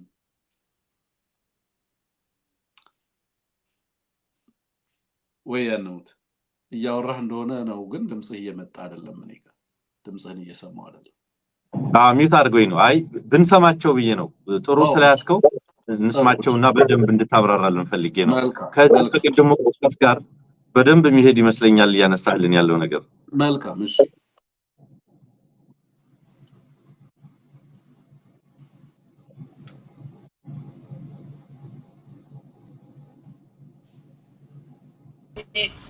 ያ በዚህ አጋጣሚ ምናልባት Oma kuda jiran, ara sena nu kara jaran. Dubere gata koma kuda shani gata faigana anjir. Ala bagi ya dare nanjiremi. Ya mare fa. Amati wahida darwa era avedi ame. Berkatan lain sekali. Ile buli kuda sate, amari kuda sate, hamile buli to soma pata. Orbiti amma faayete raagete achuman naani kifti qabadi achuman naan. Agora birri atwiti jennaan yoo birri dhufani kaamiloonni namni sadii kun imaamaa tamaatamati kun illee bonna nagaya akkana qabattee deemti. Bate dheeranarraa gora waa hello woo bilisoona dhufu jetti. Biliso gibiri karaa gadiin nu ba'e surree nu himan harkaan dhufan bu'ini daa'imaa sii ceeje duwwan illee timirti jedhe horiin illee gibira jedha. Amadiin illee gibira jedha haga firee midhaaniiti yoo laakamee eessa gayaar hiruuyuu lafarraa ከብትና ወጣ ግብር ነው ተብልና ወጣ ግብር ነው የመሬታችሁን ግብር ይሄን ያህል ክፈሉ ይሉናል የከብቶቻችሁን ግብር ይሄን ያህል ክፈሉ ይሉናል የሚሊሻ መዋጮ አምጡ ይሉናል የትምህርት ቤት እንትን መዋጮ አምጡ ይሉናል የምግብ ምናምን መዋጮ አምጡ እንባላለን የመሳሪያ መዋጮ አውጡ እንባላለን መኖር አልቻልንም ወደ ፈጣሪ ከማንባትና ከመጮህ ውጪ ምን እናደርግ እንዴት እንቋቋመው ወደ ለማን እንጩህ አሁን እኮ አንሙት አርሶ አደሩ ወዛደሩ ግራ የገባው ነገር እኮ ወደ ማና ቤት ይባላል ለማን ይነገራል እኮ ነው ይሆነ ያለው ሰዎቹ የሚያወጡት መግለጫ ቀደም እንዳየው ነው ሚራጅ ነው አስፋልት ላይ ያለው ውሃ ነው ተነስተናል ተመንደገናል እየበረርን ነው ህዝብ እየኖረ ያለው መከራና ስቃይ ሪል ነው ተጨባጭ ነው ለካ ያማራ አርሶ አደሮች እንዳሉት ነው አንሙት ስቃያችን የእውነት ነው እንዳሉት ማለት የህዝቡ ኑሮ የእውነት ነው የህዝቡ መከራ የእውነት ነው በቴሌቪዥን የሚነገረው በሚዲያ የሚወጣው አገዛዙ የሚናገረው መግለጫ ደግሞ ህዝቡን አይመስልም ሀገሪቱን አይመስልም ስቃዩን ሙስቁልናውን ጦርነቱን ሰላም ጦቱን አይመስልም እነዚህ አርሶ አደሮች አንሙት ወጣ ሲሉ ሚሊሻ ነው የሚጠብቃቸው ከሚሊሻው ያመልጡ ሌላኛው የጸጥታ አካል ነው የሚቀበላቸው ምርቶቻቸው ላይ ማዘዝ አልቻሉም መሬታቸው ላይ ማዘዝ አልቻሉም ልጆቻቸው ላይ ማዘዝ አልቻሉም ትምህርት ቤቶች ውስጥ ልጆቻቸውን መላክ አልቻሉም እያሳደደ ሚሊሻ እየመለመሉባቸው ልጆቻቸው ወደ ጦር ሜዳ እየወሰዱባቸው ልጆቻቸው ትላንት ጀነራል ተፈራ ሲናገር ሰምታል እያመጣ ይደፈዋል በሁለት ወር ስልጠና ጦርነት የማያውቅ ትውልድ በሁለት ወር ስልጠና አምጥቶ ይደፈዋል እነዚህን የኦሮሞ ወጣቶች ለማስጨረስ ሁላ ነው የሚመስለው ነበር ሲል የነበረው ትላንት ጀነራል ተፈራ ወጣቱን ለማስጨረስ ነው የሚመስለው ህዝቡን ይጣላዋል እንደ ሁላ ትላለህ ነው የሚለው እኮ ትላንትና ሰምተው እኮ ነው ቃለ መጠየቁ ላይ ይሄንን ህዝብ ይጣላዋል ወይ ለማጥፋት ነው የኦሮሞን ህዝብ ይሄ አገዛዝ እየሰራ ያለው ልክ አማራ ክልል የተማረከ አንድ ወታደር ትላንትና ህዝቡን ለመቀነስ የሚደረግ ጦርነት ነው የሚመስለኝ እንዳለው ማለት ነው አማራውንም ታወድማለህ ከዛ የሚመጣው ህዝብ እያለቀ ነው አርሶ አደሩ ኑሮው በዚህ ደረጃ ነው ያለው የነሱ የሚያወጡትን መግለጫ ደግሞ ተሰማዋል በተጨባጭ እነዚህ ሰዎች አንሙት እኔ አሁን ግብርን በተመለከተ ዝም ብለህ ህዝቡ ግብርን በተመለከተ አንድ ፕሮግራም ብንሰራ እና የስልክ ዝም ብለን ስልክ ብቻ ስለ ግብር ብቻ ህዝቡ እንዲነግረን ብንጠይቅ ማመን አትችልም የምትሰማውን ነገር ከዚህ ከውጭ ሀገር ስራቸውንና የስራቸውን ግብር የሚሰሩባቸውን ተቋማት ግብር መገበር አቅቷቸው ከውጭ ሀገር ገንዘብ ተዋጥቶ ሚላክላቸው ሰዎች አሉ ግብር እንዲገብሩ በዛም መንገድ ሰስቴን ማድረግ ስለማይችሉ ቢዝነሳቸውን እየዘጉ ተቋማቸውን እየዘጉ ነው ያሉት ከረሚተንስ አልፎ እንግዲህ ንግዱ ራሱን ከበር አድርጎ ቢያንስ ግብራቸው ለመገበር ብቻ የተቋቋሙ ተቋማት እሱንም ፕሮፊቱን ተው እንግዲህ ትርፍ ሲኖር ነው አይደለም ከትርፍ ነው የምትገብረው ዋናው ካፒታል ለግብር እንኳን ውሎ ንግድ ተቋማቸውን ከፍተው መዝጋት የማይችሉበት ደረጃ ላይ ደርሰዋል ነጋዴዎች ፍቃድ መመለስ ገንዘብ ያስጠይቃል በቃ ይቅርብን ብለህ ደግሞ ፍቃድህን ልትመልስ ስትሄድ ገንዘብ ካልከፈልክ አንመልስልህም ደግሞ ትባላለህ የጽንፈኛው ደጋፊ ስለሆንክ ነው ግብሩን ፍቃድህን የምትመልሰው ትባላለህ ምን አይነት ሁኔታ ሀገሪቱ ውስጥ እንዳለኮ ማሰብ አትችልም ማመን አትችልም ይሄንን ሁኔታ በየዘርፉ ያለው ዝም ብሎ እንደው ሜጀር የሚባሉ ዋና አንኳር የሚባሉ ኢኮኖሚክ ኢንዲኬተር የሰላምና የጸጥታ የሙስና ኢንዴክሶችን ገቨርናንስ ኢንዴክሶችን ሀገሪቱ ውስጥ ያለው ሁኔታ በሁሉም ዘርፍ በትምህርት በጤና በምን እንመዝነው በምን እናቀርብ አሁን እኮ ከዚህ ቡድን ጋር መነጋገር የምትችለው በአሃዝ ነው አንሙት አይደል አንድ ኢኮኖሚስት ሲመጣ የምታወራው አሃዝ አለው የእያንዳንዱን ነገር የምትለካበት በዛ ቋንቋ አይደለም የሚያወራ በቃ እመኑ ነው የሚለው ህዝቡን እመኑ ተመንድጋችኋል ትላንት ከነበራችሁት ህይወት ዛሬ የተሻለ ኑሮ እየኖራችሁ ነው እያለ ህዝቡን ደግሞ ሲቆጣ ተሰማዋለ አንድ የሚናገረው ቪዲዮ ነበር መግቢያችን ላይ ቴክኒሻናችን ያሰማሃል ምን ይያለ ህዝቡን እንደሚናገር ማለት ነው እንደው ብታሰማን ደስ ይለኛል የኢትዮጵያን ህዝብ በተመለከተ እንግዲህ የሚናገረውን ማለት ነው ኑሮ ድሮ ቀረ ይላል ራሳችን የምንሸውደው ያልነበረን ትናንትና በማድነቅ ነው መንገድ በሌለበት መኪና በሌለበት ቤት በሌለበት ሽንት ቤት በሌለበት ምን ኑሮ ነበር so he's just actually denying the past አሁን የኢትዮጵያን ህዝብ ትውስታ የጋራ ኮሌክቲቭ ሜሞሪ ነው እንግዲህ ጥያቄ ምልክት ውስጥ ያስገባ ያለው ምን ኑሮ ነበራችሁ ትላንትና ነው ትናንት ኑሮ ቀረ የምትሉት መንገድ አልነበራችሁ ውሃ አልነበራችሁ ምን አልነበራችሁ እንግዲህ የህዝቡን ምን ይያለው ነው መሰለ ኢግኖራንት ነህ ማሰብ ማስታወስ አትችልም እንጂ እኛ ከሰጠን በላይ አይደለም ያንተ ትናንት እንደውም የናንተን ትናንት ዲኮንስትራክት አድርገናል እውነቱን እኛንን ኦን የምናደርገው ነው የሚለው ገባህ እሱ የእውነት ባለቤት ራሱን አድርጎ የህዝብን ትውስታ ነው ኢንሰልት እያደረገ ያለው የህዝብን የጋራ ሜሞሪ ነው እየሰደበ ያለው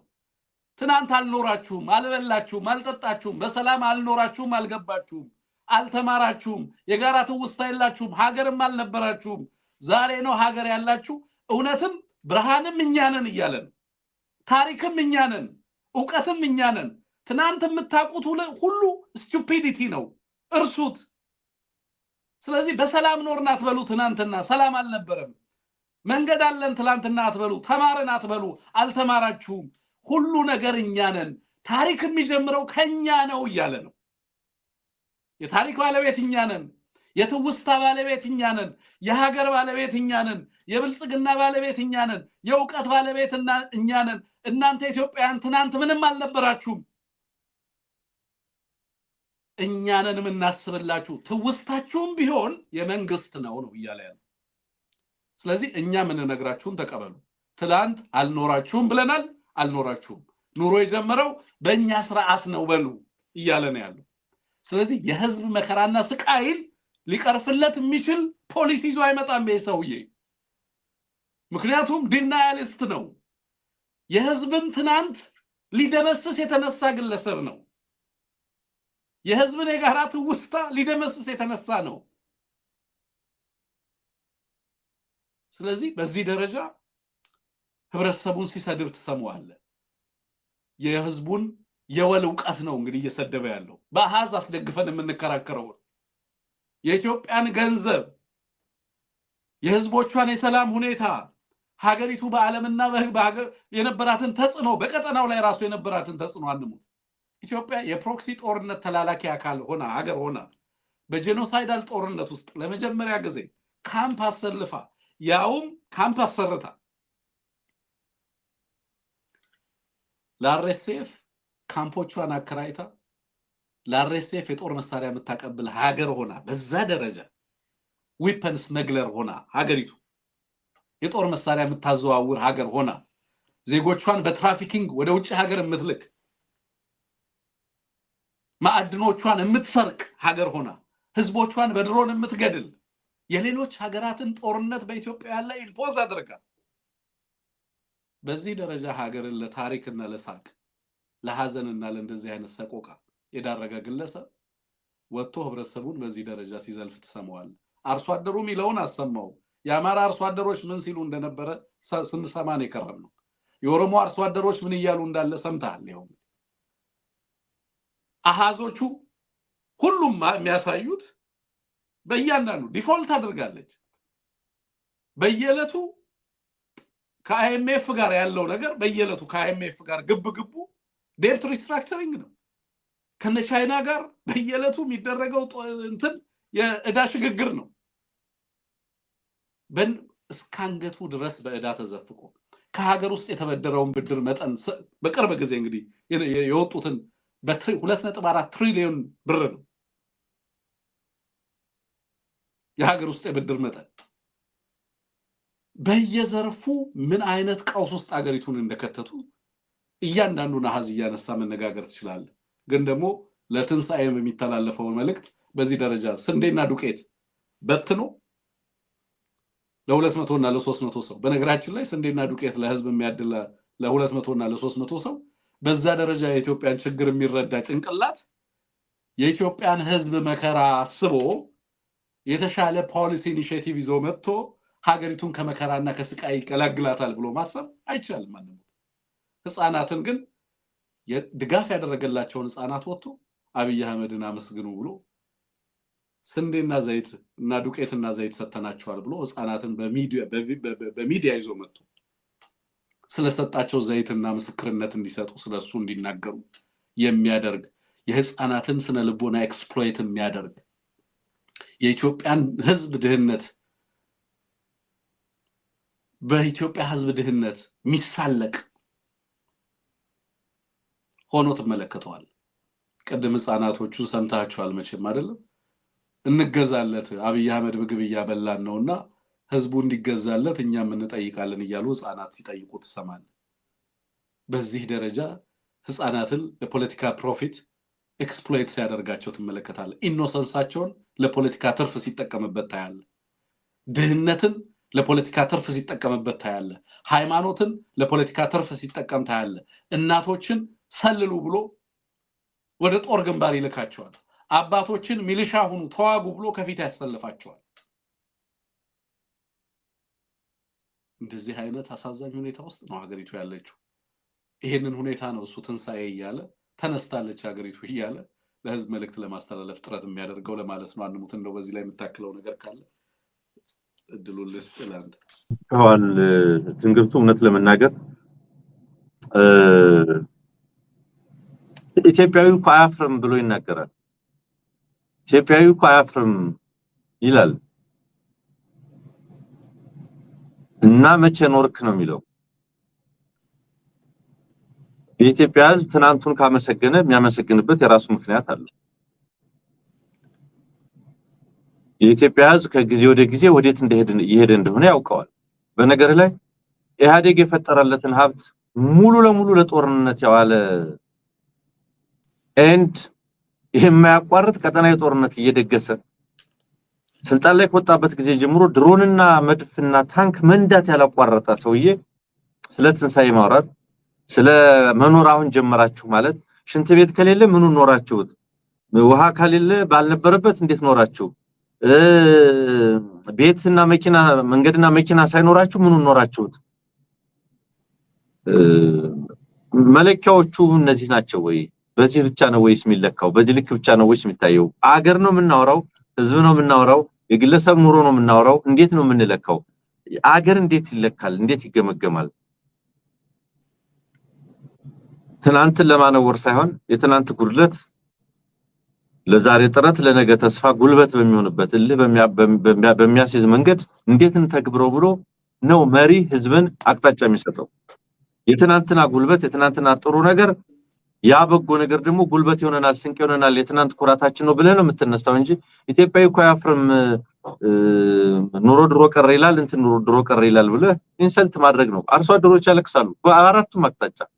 እኔ ቅድም ስታሳየን መግቢያ ላይ ያሳየን ቪዲዮ የልጆቹ ንግግር ውስጤን ነክቶታል። እውነት ለመናገር ተቸግረን ነበር ምን በላው አተን ነበር የሚሉ ህፃናትን አምጥተ ውዳሴ መቀበል ምን ማለት እንደሆነ እኔ እነዚህን ልጆች መልምለው በቤተሰብ በቀበሌ በወረዳ መልምለው ወደሱ ጽፈት ቤት ይዘው የሚሄዱ ሰዎች ናቸው የሚገርሙኝ። እኔ ሌላው ቢቀር መንገድ ላይ ወደቁ በጣም በርካቶች አሉ እኮ መንገድ ታቆሽሻላችሁ ብሎ እኮ ጠርጎ አባሯል። የሰው ፍቅር ያለው ለመምሰል ከሆነ አይደለም። እኔ በጣም የሚገርመኝ በመቶ ሺዎች ጨፍጨፈህ በመቶ ሺዎች እየጨፈጨፈ እየገደለ አዛኝ መስሎ ለመታየት የሚደረገው ጥረት ለኔ ግራ የሚገባኝ ነው እውነት ለመናገርና ከነዚህ ሁኔታዎች አኳያ ነው የተረዳሁት። በእነዚህ ሁኔታዎች ስትመዝነው ደግሞ አሳዛኝ ነው፣ አሳፋሪ ነው። ጸረ ሰውነቱን ጸረ ህዝብነቱን ተራውን ፕሮፓጋንዳ የራስን እውነት የማስቀመጥ እኔ የምላችሁን ስሙኝ እኔ ነኝ ቅድም እንዳልከው እኔ ነኝ ዕውቀት እኔ ነኝ እምነት እኔ ነኝ የሚለው አመለካከት የጸና አመለካከት ነው። ህዝብ ግን ይሄን ሁሉ ምንድነው ማድረግ ያለበት ነው ጉዳዩ። እንደዚህ በገዢዎች በክፉ ገዢዎች ማታለያ እስከመቼ የኢትዮጵያ ህዝብ ዝም ብሎ እየተታለለ ይኖራል? እንደዚህ አይነት ክፉ ገዢዎችን ታከው የቆሙ አካላት እስከመቼ የዚህ ሁኔታ አስቻይ የዚህ ኢኔብለር ሆነው እስከመቼ ድረስ ሊቀጥሉ ይፈቅዳሉ የሚለው ነገር በጣም ያሳስበኛል ማለት ነው። ምናልባት ከሰዓታችን አኳያ የጀነራል ንግግር አለህ የአስመራው ደንደን ቤተመንግስት ጉዳይም ያለ ይመስለኛል። ስልክም ስለምንቀበል ወደ እነሱ ብንሄድ አንሙታው እንደዛ እናደርጋለን። ሁለት ሐሳብ አንደኛው የፋኖ የጥንቃቄ መልእክትን መግለጫ ማውጥቷል። እሱን በተመለከተም ትንሽ ሐሳብ ብታክልበት ደስ ይለኛል። ትናንትና ከጀነራል ጋር የተደረገው ቃለ መጠይቅ ላይ ትንሽ ሐሳብ ብታክልበት ብዬ ነው። አንዳንድ ጉዳዮች ላይ በተለይ ስለ ሰራዊቱ ትርምስ በተመለከተ እንደውም አንዳንድ ነገሮችን ሲናገር እስከ መሳቁላ ፈገግጉላ እስከ ማለት ድረስ የሚደርስባቸው ሁኔታዎች እንዳሉ ተመልክቻለሁ። አንዳንዶቹ ላይ በተለይ ያገዛዙ የሰራዊት ስምሪትን በተመለከተ ማለት ነው። እነዚህ ላይ ሁለት ሐሳብ እስኪያክልበት አንሙት። ቃለ መጠይቁ እንዴት አገኘው? ከዛ በፊት ግን የአፋብንን በዓልን አስመልክቶ ሌላዎች ቦታዎች ላይ ኢስተርን ትሩስ የሚባል አለ። በዓልን አስመልክቶ ጦርነቶች በተወሰነ መንገድ ጋፕ እንዲሉ ይደረጋል። ሃይማኖታዊና መንፈሳዊ ክንውኖች በሚደረጉባቸው ሰዓቶች ላይ ማለት ነው። እና አብይ አህመድ ግን ሃይማኖታዊና መንፈሳዊ ክንውኖች ሲኖሩ ህዝብን ለማጥቃት ድሮኖችን፣ አየሮችን የሚጠቀምበት ቤተክርስቲያናትን፣ ገዳማትን፣ ገበያዎችን እና የገበያ ስፍራዎችን የሚደበድብበት ነው። እሱን በተመለከተ አፋብን ጥንቃቄና የጥንቃቄ መልእክት እንዲደረግ እንደዚሁ መልእክት ማስተላለፉን ሰምተናልና እዛ ላይ ሐሳብ ብታክልበት ብዬ ስካለ እሱንም አብረን ሰምተን ሐሳብ ብሰጥበት ጥሩ ሊሆን ይችላል። አጠቃላይ የጥንቃቄ መልእክቱ እንዳልከው ነው። እንግዲህ እንዳውም ዋንኛው የጥቃት ዛሩ የሚነሳው በእንደዚህ አይነት ቀን ነው። ይሄ አገዛዝ በዓል ሲሆን የሚዋጉኝ አካላት ሰብሰብ ይላሉ፣ ፍሪዳ ነገር ሊጥሉ ይችላሉ፣ ይሰበሰባሉ ብሎ ስለሚያስብ የድሮን ኦፕሬተሮችም የአውሮፕላን ኦፕሬተሮችም ሌሎችንም ይሄን በመሰለም ቀን በተቀደሰም ቀን ድንበር የለውም። ያው ደጋግመን ያልነው ነው። ሰራዊቱ ወደ ውጊያ ስምሪት ያስገባል በእንደዚህ አይነት ቀን ማለት ነው። ስለዚህ ድንበር የለውም። እስቲ ቆይ መንፈሳዊ በዓል ነው፣ እስቲ ቆይ በዛሬ ቀን እንኳን ሰዎች ቤት ሀዘን አይግባ፣ እስቲ ቆይ እንታገስ ዛሬ እንደዚህ የሚባል ድንበር የለም። የሞራል የስነ ምግባር የስነ ልቦና እንደዚህ አይነት ነገር የለውም። እና ገና ለገና ተሰባስበው አገኛቸዋለሁ ፍሪዳ ላይ አገኛቸዋለሁ ብሎ ስለሚያስብ እንደዚህ አይነት ቀኖችን ዋንኛ የጥቃት ቀናት አድርጎ የሚንቀሳቀስ በመሆኑ የቅድሙ ደብዳቤ ላይም በልዩ የጥንቃቄ መልእክትም አፋብን ሰራዊቱና ሌሎችም አካላት ጥንቃቄ እንዲያደርጉ ጥሪ አቅርቧል።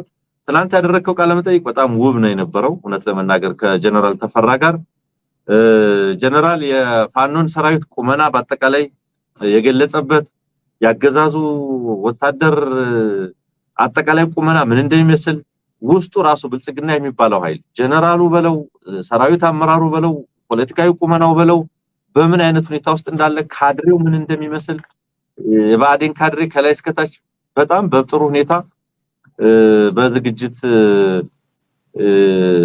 ተጠንቅቃችሁ ያቀረባችሁት እንደሆነ ነው የተረዳሁትና በጣም ጠንካራ ብዙ መልእክቶች የተላለፉበት ነው። የሰራዊቱ ትርምስ ያለው ደቡብ ጎንደር ላይ በጣም ቁልፍ ብሎ የዘረዘራቸው የአውደ ውጊያ እንትኖች አሉ። በተለይ ደቡብ ጎንደር ላይ የነበሩትን በሙሉ ያነሳቸዋል። በምን ያህል ደረጃ ትርምስ ውስጥ እንደገባ አገዛዙ ካድሬው በምን ያህል ደረጃ ትርምስ ውስጥ እንደገባ ድረሱልኝ እያለ መከራ ውስጥ እንደወደቀ ወደ ትግራይ አሽሽቶት የነበረውን ሰራዊት መጣሁላችሁ ልመለስላችሁ ነው እያለ ይዞ ሲመጣ እንዴት በፋኖ ኃይል ተመቶ እንደገና ያ ሰራዊት መግቢያ መውጫቶ እንደተተረማመሰ በአጠቃላይ የነበረውን በእነዚህ ውጊያዎች ያገዛዙ ኃይል የደረሰበትን አይደለም አማርኛው ልክ ላይ ሆነ ይችላል። በአጠቃላይ የደረሰበትን መወናበድ ውዥንብር በደንብ አድርጎ የገለጸበት ነው። ተደጋጋሚ ድሎችን ነው ደቡብ ጎንደር ላይ ያነሳው። ከዛ በኋላም በተለያየ አካባቢ ላይ አሁን የማጥቃት ልኩም አይነቱም ስንለው እንደነበረው ጨምሯል። እንደምታውቀው ዝም ብሎ ሁለት ሰራዊት ሶስት ሰራዊት አንድ መኪና በዚህ አንድ ካሶኒ በዚህ በኩል አለፈ እሱን በእንትን መታን አይደለም እየሆነ ያለው። ሻለቆች ይደመሰሳሉ ነው ሲለን የነበረው። ስለዚህ ሻለቃ እየተደመሰሰ ነው። ሰራዊት ውስጥ ከፍተኛ ቦታ ወይም በከፍተኛ መስመራዊ መኮንን ተብሎ የሚገለጹት ከመቶ አለቃ ከሻምበል እስከ ኮሎኔል ድረስ ያለው ኃይል እየተማረከ እየተገደለ እጅ እየሰጠ በምን ያህል ደረጃ ያገዛዙ ኃይል እየተመታ እንደሆነ በስፋት ያወራራበት ነው ትንግርቱ። በዛ ልክ ነው የተረዳሁት እንግዲህ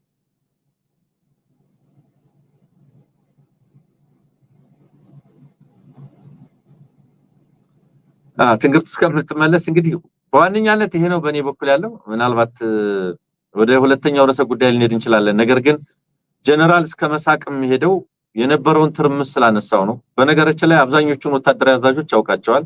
ከዚህ ቀደም በነበረው ቃለ መጠይቅም የሙርኮኞች ስብስብ ነው እያለ ሲገልጸው የነበረ ኃይል ነው። አሁን በዋነኛነት በተለይ አንድ ጽሁፍ ላይ ጀዋርም አንድ ቃለ መጠይቅ ላይም ሲናገር ነበር። ሙሉ ለሙሉ የአገዛዙ ጀነራል ወታደር የምትለው ይሄ የጀነራል መኮንን የምትለው በሙሉ ንግድ ውስጥ ገብቷል እያለ ሲናገር ነው የነበረው። ዝርፊያ ውስጥ የገባ ኮንትሮባንድ ውስጥ የገባ ሀብት ማሸሽ ውስጥ የገባ የኢትዮጵያን ወጣት ያነቀ እየላከ እዛ ያለቀ ከብዛት በሚሞተው የጥይት ማብረጃ አድርገው ትንሳኤ አብስረናል የሚሉ ጀነራሎች ያሉበት ነውና በአንድ ውጊያ ምን አይነት ትርምስ እንደገባቸው በአራቱም አቅጣጫ ደቡብ ጎንደር ማዕከላዊ አማራ ላይ እንዴት ተመተው እንደነበረ በጥሩ መንገድ ገልጾታል ለማለት ነው ወንድም ማለት ያ አንድ ሞታ መሰግናለሁኝ።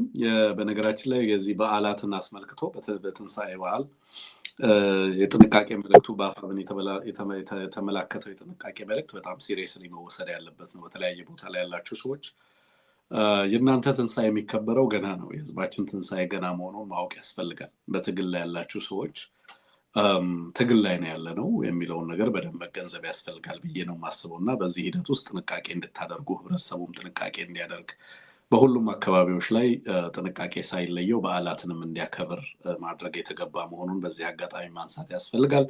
ለአገዛዙ ህዝባችንን በተቻለ መጠን በተሰበሰበበት ቦታ ላይ ማጥቃት እና ደም ማፍሰስ ስለሆነ ስራው ይሄ እንዳይሆን ይሄንን እንዳያደርግ እድል መስጠት አያስፈልግም የሚል ነው። ሰው ጥንቃቄ ማድረግ ያስፈልጋል። ሌላው አመራሩ በተቻለ መጠን የተለያዩ አካባቢዎች ላይ ጥንቃቄ እንዲያደርግ በተለይ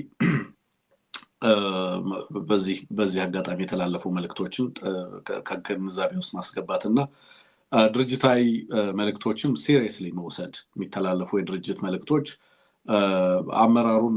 አመራሩ ለራሱ አይደለም እዛ ቦታ ላይ ያለው የህዝብ ምልክት ነው፣ የትግል ምልክት ነው። ስለዚህ የሱ ደህንነት የአጠቃላይ አማራ ህዝብ ደህንነት አካል ተደርጎ መወሰድ መቻል አለበት ማለት ነው። በተቻለ መጠን እንደዚህ አይነት ጥንቃቄዎች ሳይለዩ በየአካባቢው ማህበረሰቡንም አመራሩንም ታጋዩንም ከጥቃት ለመጠበቅ የሚደረጉ መልእክቶችን የጥንቃቄ መልእክቶችን ሲሪየስሊ መውሰድ ያስፈልጋል የሚለውን ነገር ለማንሳት ነው። ሌላው እንግዲህ በዚህ በዳንደን ሃውስ ወይንም ገስት ሃውስ የቻንግቹን የሁ ቻንግቹን የቻይና ስፔሻል ኢንቮይ ናቸው። በዚህ በምስራቅ አፍሪካ ወይንም በሆርን ኦፍ አፍሪካ ኤርትራ መግባታቸውን ሰምተናል። በኤርትራም ተገኝተው ከፕሬዚደንት ኢሳያስ ጋር በዚህ በዳንደን ሃውስ ወይንም ገስት ሃውስ መገናኘታቸውን ሰምተናል። ምንድነው መልእክቱ? አላማው ምንድነው የሚለው ነገር በጣም ክሪቲካል ነው። በነገራችን ላይ በቻይና እና በኤርትራ መንግስት መካከል የነበረው ግንኙነት ጠንካራ የሚባል አይደለም። ማለት በፊት ጠንካራ ነበር። ከቅርብ ጊዜ ወዲህ ግን ቻይና መንግስት በተለያዩ ጉዳዮች ላይ ይዞት የነበረው አንዳንድ አቋም በሁለቱ ሀገራት መካከል ያለውን ግንኙነት አደብዝዞት ነበር የነበረው። በዚህም ምክንያት እንግዲህ ቻይና በኤርትራ ላይ የነበራትን እና በኤርትራ የነበራትን እንቅስቃሴ በተወሰነ መልኩ እንድትገድብ ኤርትራ መንግስትም ከቻይና ጋር ያለውን ግንኙነት ሙሉ ለሙሉ ወደ ማቆም አይነት አዝማሚያ የሄደበት ነበር የነበረው። ይሄንን እና አብይ አህመድ በደንብ ኤክስፕሎይት ሲያደርጉ ነበረ ይሄንን ጋፕ በተወሰነ መንገድ። አሁን ላይ ቻይኖቹ አይ ቲንክ በተወሰነ መንገድ የፖሊሲ አቅጣጫቸውንም ግንኙነታቸውንም በአዲስ መልክ ለመቀየር ጥረት እያደረጉ እንዳሉ ተመልክተናል። በነገራችን ላይ ኤርትራ ብዙ በተለይ እነዚህ ስትራቴጂክ ሚነራል የሚባሉ አሁን ባለው ሁኔታ በተለይ በዓለም አቀፍ ደረጃ እጅግ ጥቅም ላይ እየዋሉ ያሉ እነ ቻይናም እና አሜሪካም በተለያየ መንገድ የሚፈልጓቸው እነ ኮፐር፣ ዚንክ፣ ፖታሽ ያሉ ሚነራሎች በከፍተኛ ደረጃ የሚገኝባት ሀገር ነች። የወርቅ ማዕድኗም ቀላል የሚባል አይደለም፣ የሚናቅ አይደለም።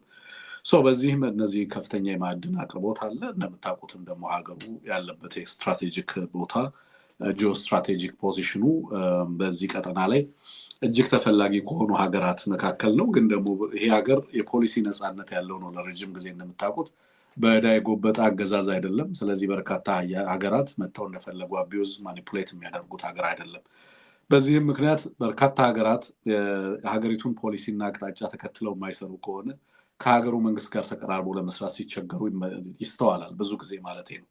በቀላሉ ማኒፑሌት የምታደርገው አይደለም። የመጣ አገዛዝ ሁሉ የሚያስፈርመው ለመጣው አገዛዝ ሁሉ የሚንበረከክ የሚገብር አይነት ሆኖ አታዩትም። በተወሰነ መንገድ የፖሊሲ ሉዓላዊነት እንደው ያለው ብቸኛ የአፍሪካ ሀገር ለማለት የሚያስደፍር ነው። እውነት ለመናገር አሁን ባለው ሁኔታ አብዛኞቹ በዕዳ የጎበጡ ናቸው። ኢትዮጵያን ጨምሮ በከባድ ዕዳ ውስጥ ያሉ በመሆናቸው የፖሊሲ ነፃነት የላቸውም። ብዙዎቹ የተቀመጠላቸውን የማክሮ ኢኮኖሚክ ሪፎርም እና ስትራክቸር እንዲተገብሩ ነው ተጽዕኖ ውስጥ እየገቡ ያሉት። አንዳንድ ከዚህ በተቃራኒ ግን የተወሰነ የፖሊሲ ነፃነት ያላቸው ሀገራት በቀጠናው ላይ አሉ ከተባለ በተወሰነ መንገድ ያ ነፃነት ያለው የኤርትራ መንግስት ነው። ኦፍኮርስ በብዙ መንገድ ከሌሎች ሀገራት ጋርና ከዓለም አቀፉ መንግስታት ጋር ያለው ኢንጌጅመንት ውስን የሚባል ደረጃ ላይ ነው ያለው። የኤርትራ መንግስት ያንን ለመቀየር አይ ቲንክ ጥረት እያደረጉ ያሉ ይመስለኛል። ይሄ የቻይና ልዑክ እዛ መገኘት በዋናነት የሚኖረው ፖለቲካዊ አንድምታ ጂኦፖለቲካዊ አንድምታ ምንድን ነው የሚለው ነገር በጣም ወሳኝ ነው። በተለይ ከቅርብ ጊዜ ወዲህ በአሜሪካና በቻይኖች መካከል ኢትዮጵያ ላይ ባለው ሁኔታ ኢትዮጵያ ውስጥ እየተተገበረ ያለው የፖሊሲ ሪፎርምን ተከትሎ ከፍተኛ የሆኑ ኢንትረስቶች አሉ። ምክንያቱም ክፍት ሆኗል ገበያው። ማዕድኑ ኦልሬዲ ለሽያጭ ቀርበዋል። ኦልሬዲ አሁን ባለው ሁኔታ በርካታ ሀገራት እየመጡ የአረቡም የገልፉም ሌላውም ሚድል ፓወሩም ከፍተኛ ኃይል አላቸው የምንላቸውም የዚህ የዓለም ኢኮኖሚ እና የፖለቲካ ተጽዕኖ ፈጣሪ ሀገራትን ጭምር በአንድም በሌላ መንገድ በኢትዮጵያ ላይ ተጽዕኖ እያደረጉ ተጽዕኖቸውንም በዛ ልክ ለማሳረፍ እየሰሩ ባሉበት በዚህ ሰዓት በቅርብ ጊዜ በቻይና እና በኢትዮጵያ መንግስት መካከል በተለይ ያሉ ግንኙነቶችን ስንመለከት ነበር። በቅርብ ጊዜ የተለያዩ ሪፖርቶችን ይዤ የመጣው ነበር እኔም የነበረውና በየዕለቱ የሚወጡ አዳዲስ ሪፖርቶችን ለማሳየት ጥረት እያደረግን ነበር የነበረው። ቻይኖቹ ምንድን ነው ኢትዮጵያ ውስጥ ያለው ነገር በጣም እርግጠኛና ኮንፊደንስ አልሰጣቸውም። ማንሞት አሁን ኢትዮጵያ ውስጥ ያለው እንቅስቃሴ ሀገሪቱ ያለችበት የሰላምና የደህንነት ሁኔታ ያላቸው ዕዳ ሀገሪቱ ላይ ከፍተኛ ገንዘብ አላቸው፣ ከፍተኛ ዕዳ አላቸው። በዚህም በርካታ ነገሮችን መቆጣጠር ይፈልጋሉ። በተለይ በማዕድን ዘርፍ ያለውን ፍላጎቶቻቸውን ለመቆጣጠር ከፍተኛ ተጽዕኖ እየፈጠሩ ነው ያሉት ቻይኖቹ። ይሄ የማይሳካላቸው ከሆነ አማራጭ ያላቸው መሆኑን ለማሳየት ፒቮት እያደረጉ ይመስለኛል። በተለይ በዚህ በሎጂስቲክ እና ዲፕሎማቲክ ሰፖርት ላይ በዚህ ቀጠና ላይ የሚኖራቸውን ተጽዕኖ ለማሳደፍ በሶማሊያ፣ በኢትዮጵያ፣ በጅቡቲ፣ በኤርትራ ያላቸውን ተጽዕኖ ለማሳደግ በጣም ከፍተኛ ስራ እየሰሩ ነው ያሉት። ስለዚህ በቀጠናው ላይ ከፍተኛ ውድድር እና ፉክክር እንደገጠማቸውም ይገነዘባሉ ቻይኖቹ። በዚህም ምክንያት ለምሳሌ አሁን ሶማሊያ ላይ ብትሄድ ቱርክ የበለጠ ተጽዕኖ መፍጠር እየቻለ ነው ያለው ከቻይና ጋር። በሶማሌላንድ እና እንግዲህ በሶማሊያ ያለው ቱርክ ነው። በተወሰነ መልኩ የቻይና መንግስትን ተጽዕኖ ቀላል የሚባል አይደለም። ግን ደግሞ የሶማሌላንድን ሁኔታ ደግሞ ስትመለከት፣ በጅቡቲ ያለውን ሁኔታም ስትመለከት፣ በሌሎችም አካባቢዎች ላይ ሱዳን ኦልሬዲ ቀውስ ውስጥ ነው ያለው። ቻይኖቹ በተለይ ስዋኪን የሚባለው የሱዳን ፓርት ላይ እዛ አካባቢ ላይ ወደብ የመገንባት ፍላጎት ያላቸው ነበር። ለረጅም ጊዜ ወደብ እዛ አካባቢ ላይ መገንባት ፍላጎት አላቸው። በሱዳን ውስጥ ባለው ቀውስ ያንን ፍላጎታቸውን ማሳካት የቻሉበት ሁኔታ አይደለም ያለው። ኢትዮጵያ ውስጥ ያለውም ሁኔታ አስተማማኝ አይደለም። በአንድም በሌላም መንገድ ወደ ኤርትራ ለማየት የተገደዱበት ሁኔታ እየመጣ ያለ ይመስላል። ከዚህ በፊት እንደምታውቀው ቻይኖቹ ፓሲቭ ኢንቨስተር ናቸው። ሙሉ ለሙሉ ፍላጎታቸው የንግድ ነው። የኢንቨስትመንት ፍላጎቶቻቸውን የሪሶርስ ፍላጎቶቻቸውን ነው ይዘው የሚወጡት። አሁን ግን አክቲቭ ሴኪሪቲ እና ዴቨሎፕመንት ጋራንቴር ሆነው ለመምጣት ጥረት እያደረጉ ያሉ ይመስላል። በአንድም በሌላ መንገድ የጂኦፖለቲካል ሽፍት እንደመጣ ገብቷቸዋል። በዚህም ምክንያት አሰላለፋቸውን አቋማቸውን ለመቀየር ጥረት እያደረጉ ነው ያለው። አንድ ቦታ ላይ ብቻ እንቁላላቸውን ለማስቀመጥ የፈለጉ አይመስልም። ለዳይቨርሲፋይ ለማድረግ ፈልገዋል። በተለይ ደግሞ ኢትዮጵያ ውስጥ ያለው ሁኔታ አስተማማኝ እየሆነላቸው የሆነ አይደለም የሚመስለው። በዚህም ምክንያት ወደ ኤርትራ ለመመልከት በነገራችን ላይ ቁልፍ መልክ እንግዲህ ስፔሻል ኢንቮይ ነው የተላከው። አንሙት የቻይና መንግስት በምስራቅ አፍሪካ ስፔሻል ኢንቮይ ነው ኤርትራ ሄደው። በዚህም በሁለቱ ሀገራት መካከል ሙሉ ሬዲነስ እንግዲህ ሱዳን ላይ ያለውን ፍላጎት እንዳለ ሆኖ በተለይ ደግሞ ከማዕድናትም ጋር ከንግድ ጋር ቀጠናው ላይ ካለው ሰላም ጋር በቀይ ባህር ላይ ቻይኖቹ ከሚኖራቸው ፍላጎት አንጻር ከኤርትራ መንግስት ጋር ተቀራርቦ መስራት አይ ቲንክ አማራጭ የሌለው ነገር መሆኑን የተገነዘቡ ይመስላልና ይሄ ትልቅ ዴቨሎፕመንት ነው በነገራችን ላይ ለኤርትራና ለቀጠናው ትልቅ ዴቨሎፕመንት ተደርጎ ሊወሰድ የሚችል ነው። እንግዲህ በቀጣይ በኢትዮጵያ መንግስት በኩል ያለውን ነገር እንመለከታለን ማለት ነው። በሶማሊያም በሌሎችም በጅቡቲም በሌሎች አካባቢውም ላይ ያለውን የቀጠናውን እንግዲህ በርካታ ሀያላን ሀገራት ይህንን ቀጠና በጣም ይፈልጉታል። አገዛዙ ማንም ይሁን ማንም የራሳቸው የንግድ ፍላጎቶች የሴኩሪቲ ፍላጎቶች ጂኦፖለቲካል ፍላጎቶች ቀላል አይደሉም እና ከሌሎች ሀገራት እዛ አካባቢ ላይ ቁልፍ ሚና አላቸው ከሚባሉ ሀገራት ጋር ተቀራርቦ ለመስራት የተገደዱበት ሁኔታ እየመጣ እንዳለ ማሳያ ነው። ሌላው በዚህ በተለይ በማዕድን ዘርፍ የሚደረገው ፉክክር በጣም በከፍተኛ ደረጃ ተጠናክሮ የመጣ ነው የሆነ ያለው። አውሮፓውያኑም በነገራችን ላይ በኢትዮጵያ የማዕድን ዘርፍ ላይ እንደዚሁ ለመግባት ሌት ካመር ሆነውም ቢሆን ለመግባት ጥረት እያደረጉ እንዳሉ ትመለከታለህ። ሙሉ ለሙሉ አገዛዙ ያለበትን የዕዳ ጫና ያለበትን ዴስፐሬሽን በሚገባ ተገንዝበዋል። ሁሉም ሀገራት ይሄንን የቆሰለ ጅብ በሚፈልጉት መንገድ ሼፕ ለማድረግ የሚፈልጉትንም ሪሶርስ በሚፈልጉት መንገድ ለመቀራመት የሚያስችል እድል እየተፈጠረላቸው ነው የመጣው። ገበያውን እየከፈተ ነው ያለው። ፖሊሲውን ከፍቶታል። ማዕድኑንም እያጋራ እየሸጠ ነው ያለው። የሀገሪቱን በመንግስትና በህዝብ ተይዘው የነበሩ የሀብቶችን እንደምትመለከተው እያደረገ ነው ያለው። የህግ ማሻሻያዎችን እያደረገ ነው ያለው። በግልጽ የገባበት ሀገራዊ ቀውስ ምን አይነት ተጋላጭ በዲፕሎማሲው ዘርፍ ምን ያህል ተጋላጭ እንዲሆን እያደረገው እንዳለ አገዛዙን በግልጽ የምትመለከተው ነው። ናው ስለዚህ አገዛዝ አይደለም አሁን እኛ የምናወራው ከዚህ አገዛዝ በኋላ ስለሚመጣው ስርዓት ያም ስርዓት ስለሚያጋጥመው ፈተናዎች በቂ ግንዛቤ እንዲያዝ ከወዲሁ የፖሊሲ አማራጮች እንዲፈተሹ ለማድረግ ነው እንደዚህ አይነት ነገሮች የምናነሳው። ይሄ አገዛዝ የትኛውን ሸጦ ሲጨርስ መቼ ላይ እንደሚሰናበት ኦልሞስት መገመት የምንችልበት ደረጃ ላይ መድረስ ተችሏል ብዬ ነው የማስበው። እውነት ለመናገር አንሙት ምን ቀራ አሁን ያልሰጠው ነገር የሚለው ነገር ብቻ ነው ይሄ አገዛዝ በስልጣን ላይ እንዲቆይ ያደረገው። ከዚህ በኋላ ሊቀጥል የሚችልበት ከዚህ በኋላ ፕራይቬታይዝ አድርገህ ከጨረስክ በኋላ ንብረቶቹን ማዕድናቶቹን ከሰጠ በኋላ እያንዳንዱ ሀገር ሴኩሪቲ ጋራንቲ ይፈልጋል። አስተማማኝ ስርዓት በሀገሪቱ ውስጥ እንዲመጣ ይፈልጋል። የፖለቲካ ቀውስ እንዲቀጥል አይፈልግም። ጦርነት እንዲቀጥል አይፈልግም።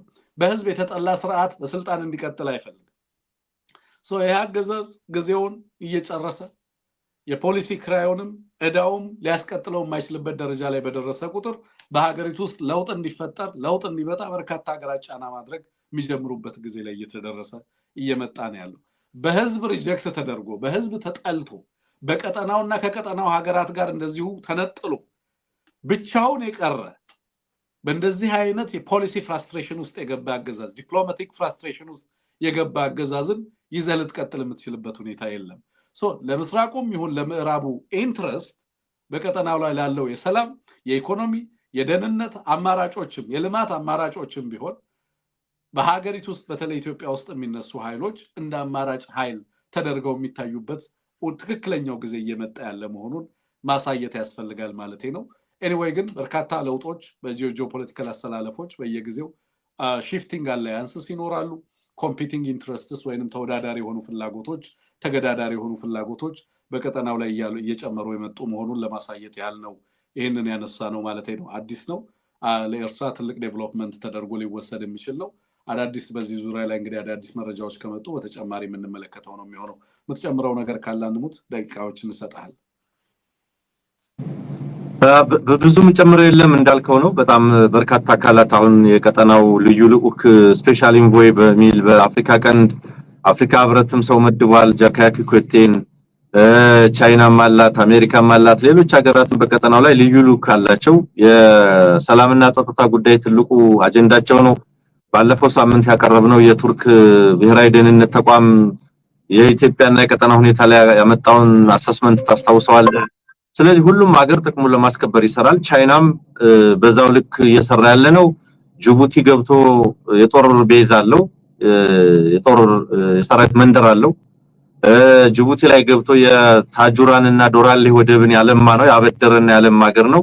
ስለዚህ በልማት ጉዳይ ላይ ጠንከር ብሎ እዚህ ቀጠና ላይ የሚንቀሳቀስ ነው። ጥቅሙን ከዚህ ቀጠና አኳያ መለካት መመዘን የእያንዳንዱ ሀገር ግዴታ ነው። አይ ቲንክ እሱን እያደረጉ ነው ብዬ ነው ማስበው። ንግግራቸው ላይ ፕሬዝዳንት ኢሳያስ ስለ አፍሪካ የሰው ሀብትና የተፈጥሮ ሀብት እምቅ አቅምና እድሎች ማንሳታቸውን ሲጠቅስ የቻይናው ልዑክ ግን ስለ ሰላምና ጸጥታ በአፍሪካ ቀንድ ሚናቸውን እንደሚወጡ የሁለትዮሽ አጋርነታቸውን ስትራቴጂክ አጋርነትን እንደሚያጠናክሩ ገልጸዋል ነው የሚለው። አንደኛው ስለ ሰላምና ጸጥታ ነው፣ አንደኛው ስለ ልማት ማንሳታቸውን ነው በመረጃው ላይ የተመለከትነውና በአጠቃላይ እዚህ ቀጠና ላይ የሚደረገው ፉክክር አንተም ባልከው ልክ የተለያዩ መንግስታት የተለያዩ ሀገራት በዛው ልክ በጣም ቀጥሏል። የሃያላኑ ምናቋለ እነዚህ ሚድል ፓወርስ የሚባሉትና አሁን በመካከለኛው ምስራቅ ቀውስ የተያዙት ደግሞ የራሳቸው ፍላጎት ይዘው የራሳቸውን አሻንጉሊት መንግስታት በየአካባቢው ወይም የፕሮክሲ ኤጀንቶቻቸውን በየአካባቢው ያስታጠቁ የልማት ፍላጎቶቻቸውን የተጽዕኖ ፍላጎቶቻቸውን በከፍተኛ ሁኔታ እየተጫወቱ ነው የሚገኙት። በዚህ ውስጥ ነው እየተንቀሳቀስን ያለነው ለማለት ነው። ምን ተጽዕኖ አጋጣሚ ያነሙት ጓደኛህም ፕሬዝዳንት ጊሌ ለሰባተኛ ጊዜ ስለ ሰባተኛ ዙር መመረጡን ሰምተናል። አንተም እንኳን ደስ ያለ የጅቡቲዎችም እንኳን ደስ ያላችሁ ማለት እንፈልጋለን። ኡመር ጊሌ እንግዲህ ከ1999 ጀምሮ ነው በስልጣን ላይ ያለው አንሙት ለ78 ዓመት አዛውንት ናቸው። ድጋሚ መመረጣቸውን እንግዲህ ዛሬ በሰባተኛ ጊዜ መመረጣቸውን ሰምተናል። በቅርብ ጊዜ ታስታውሳለህ ጅቡቲ ፓርላማ የኤጅ ሊሚት የእድሜ ገደብ ከ75 በላይ በእድሜ ገደብ በእድሜ ያላቸው ሰው በሀገሪቱን መምራት አይችሉም የሚለውን ህግ ማሻሻያ እንዳደረገ እናውቃለንና በዚህ ምክንያት ተወዳድረው እንግዲህ አሸንፈዋል። እሳቸውም ማሸነፋቸው እንደዚሁ በትዊተር ገጻቸው በፈረንሳይኛ ባሰፈሩት መልእክት ገልጸዋል። ስለዚህ ያንሙት የቅርብ ወዳጅ እንደሆኑ አውቃለሁ። በተደጋጋሚ መልእክትም እንደሚልኩልህ ስለዚህ እንኳን ደስ ያላችሁ ማለት ነው። እንግዲህ ቀጠናው ላይ በሚኖረው ስራ ወደፊት አንሙት በጅቡቲና በኢትዮጵያ መካከል ለሚፈጠሩ ክፍተቶች እንግዲህ ያለህን ይሄንን ካፒታል ተጠቅመህ በሀገሮቹ መካከል ያለውን ችግር ለመቅረፍ የራስ ሚና ይኖራል ብዬ ተስፋ አደርጋለሁ። እንግዲህ ጊዜው ሲመጣ ወደ ቀጥታ አድማጭ ከ8 ዓመት በፊት እጄ ቃለ መጠይቅ አድርጌያለሁ እንዳልከው ቤተ መንግስት ፕሬዝዳንት ጉሌንም ቃለ መጠይቅ አድርጌያለሁ። የሳቸውን ባለስልጣናትም ቃለ መጠይቅ አድርጌያለሁ። አውቃቸዋለሁ። አዲስ አበባም ሲመጡ ብዙዎቹ ባለስልጣናት አገኛቸው ነበር። ስለዚህ 27 ዓመት ጅቡቲን መርተዋል። በጣም ትንሽ ሀገር ግን ስትራቴጂክ ሀገር ነች። ስለዚህ የኢትዮጵያ ወዳጅ ናቸው። ብዙዎቹ ድሬዳዋን የሚያውቁ ናቸው። ድሬዳዋ የተወለዱ ድሬዳዋ ቤተሰብ ያላቸው ድሬዳዋ ሀብት ንብረት ያላቸው በወዳጅነት እንዳንድ የኢትዮጵያ አካል አድርገህ ልትመለከታቸው የሚገባ ሀገር ነች። ነገር ግን አሁን ይሄ አገዛዝ መጥቷል ስጋት ውስጥ ከቶ ክሪሚያ አይደለም እስከማለት ገፍቶታል። እንግዲህ ምን አይኖርም በምርጫ ውድድራቸውም ወቅት አንሙት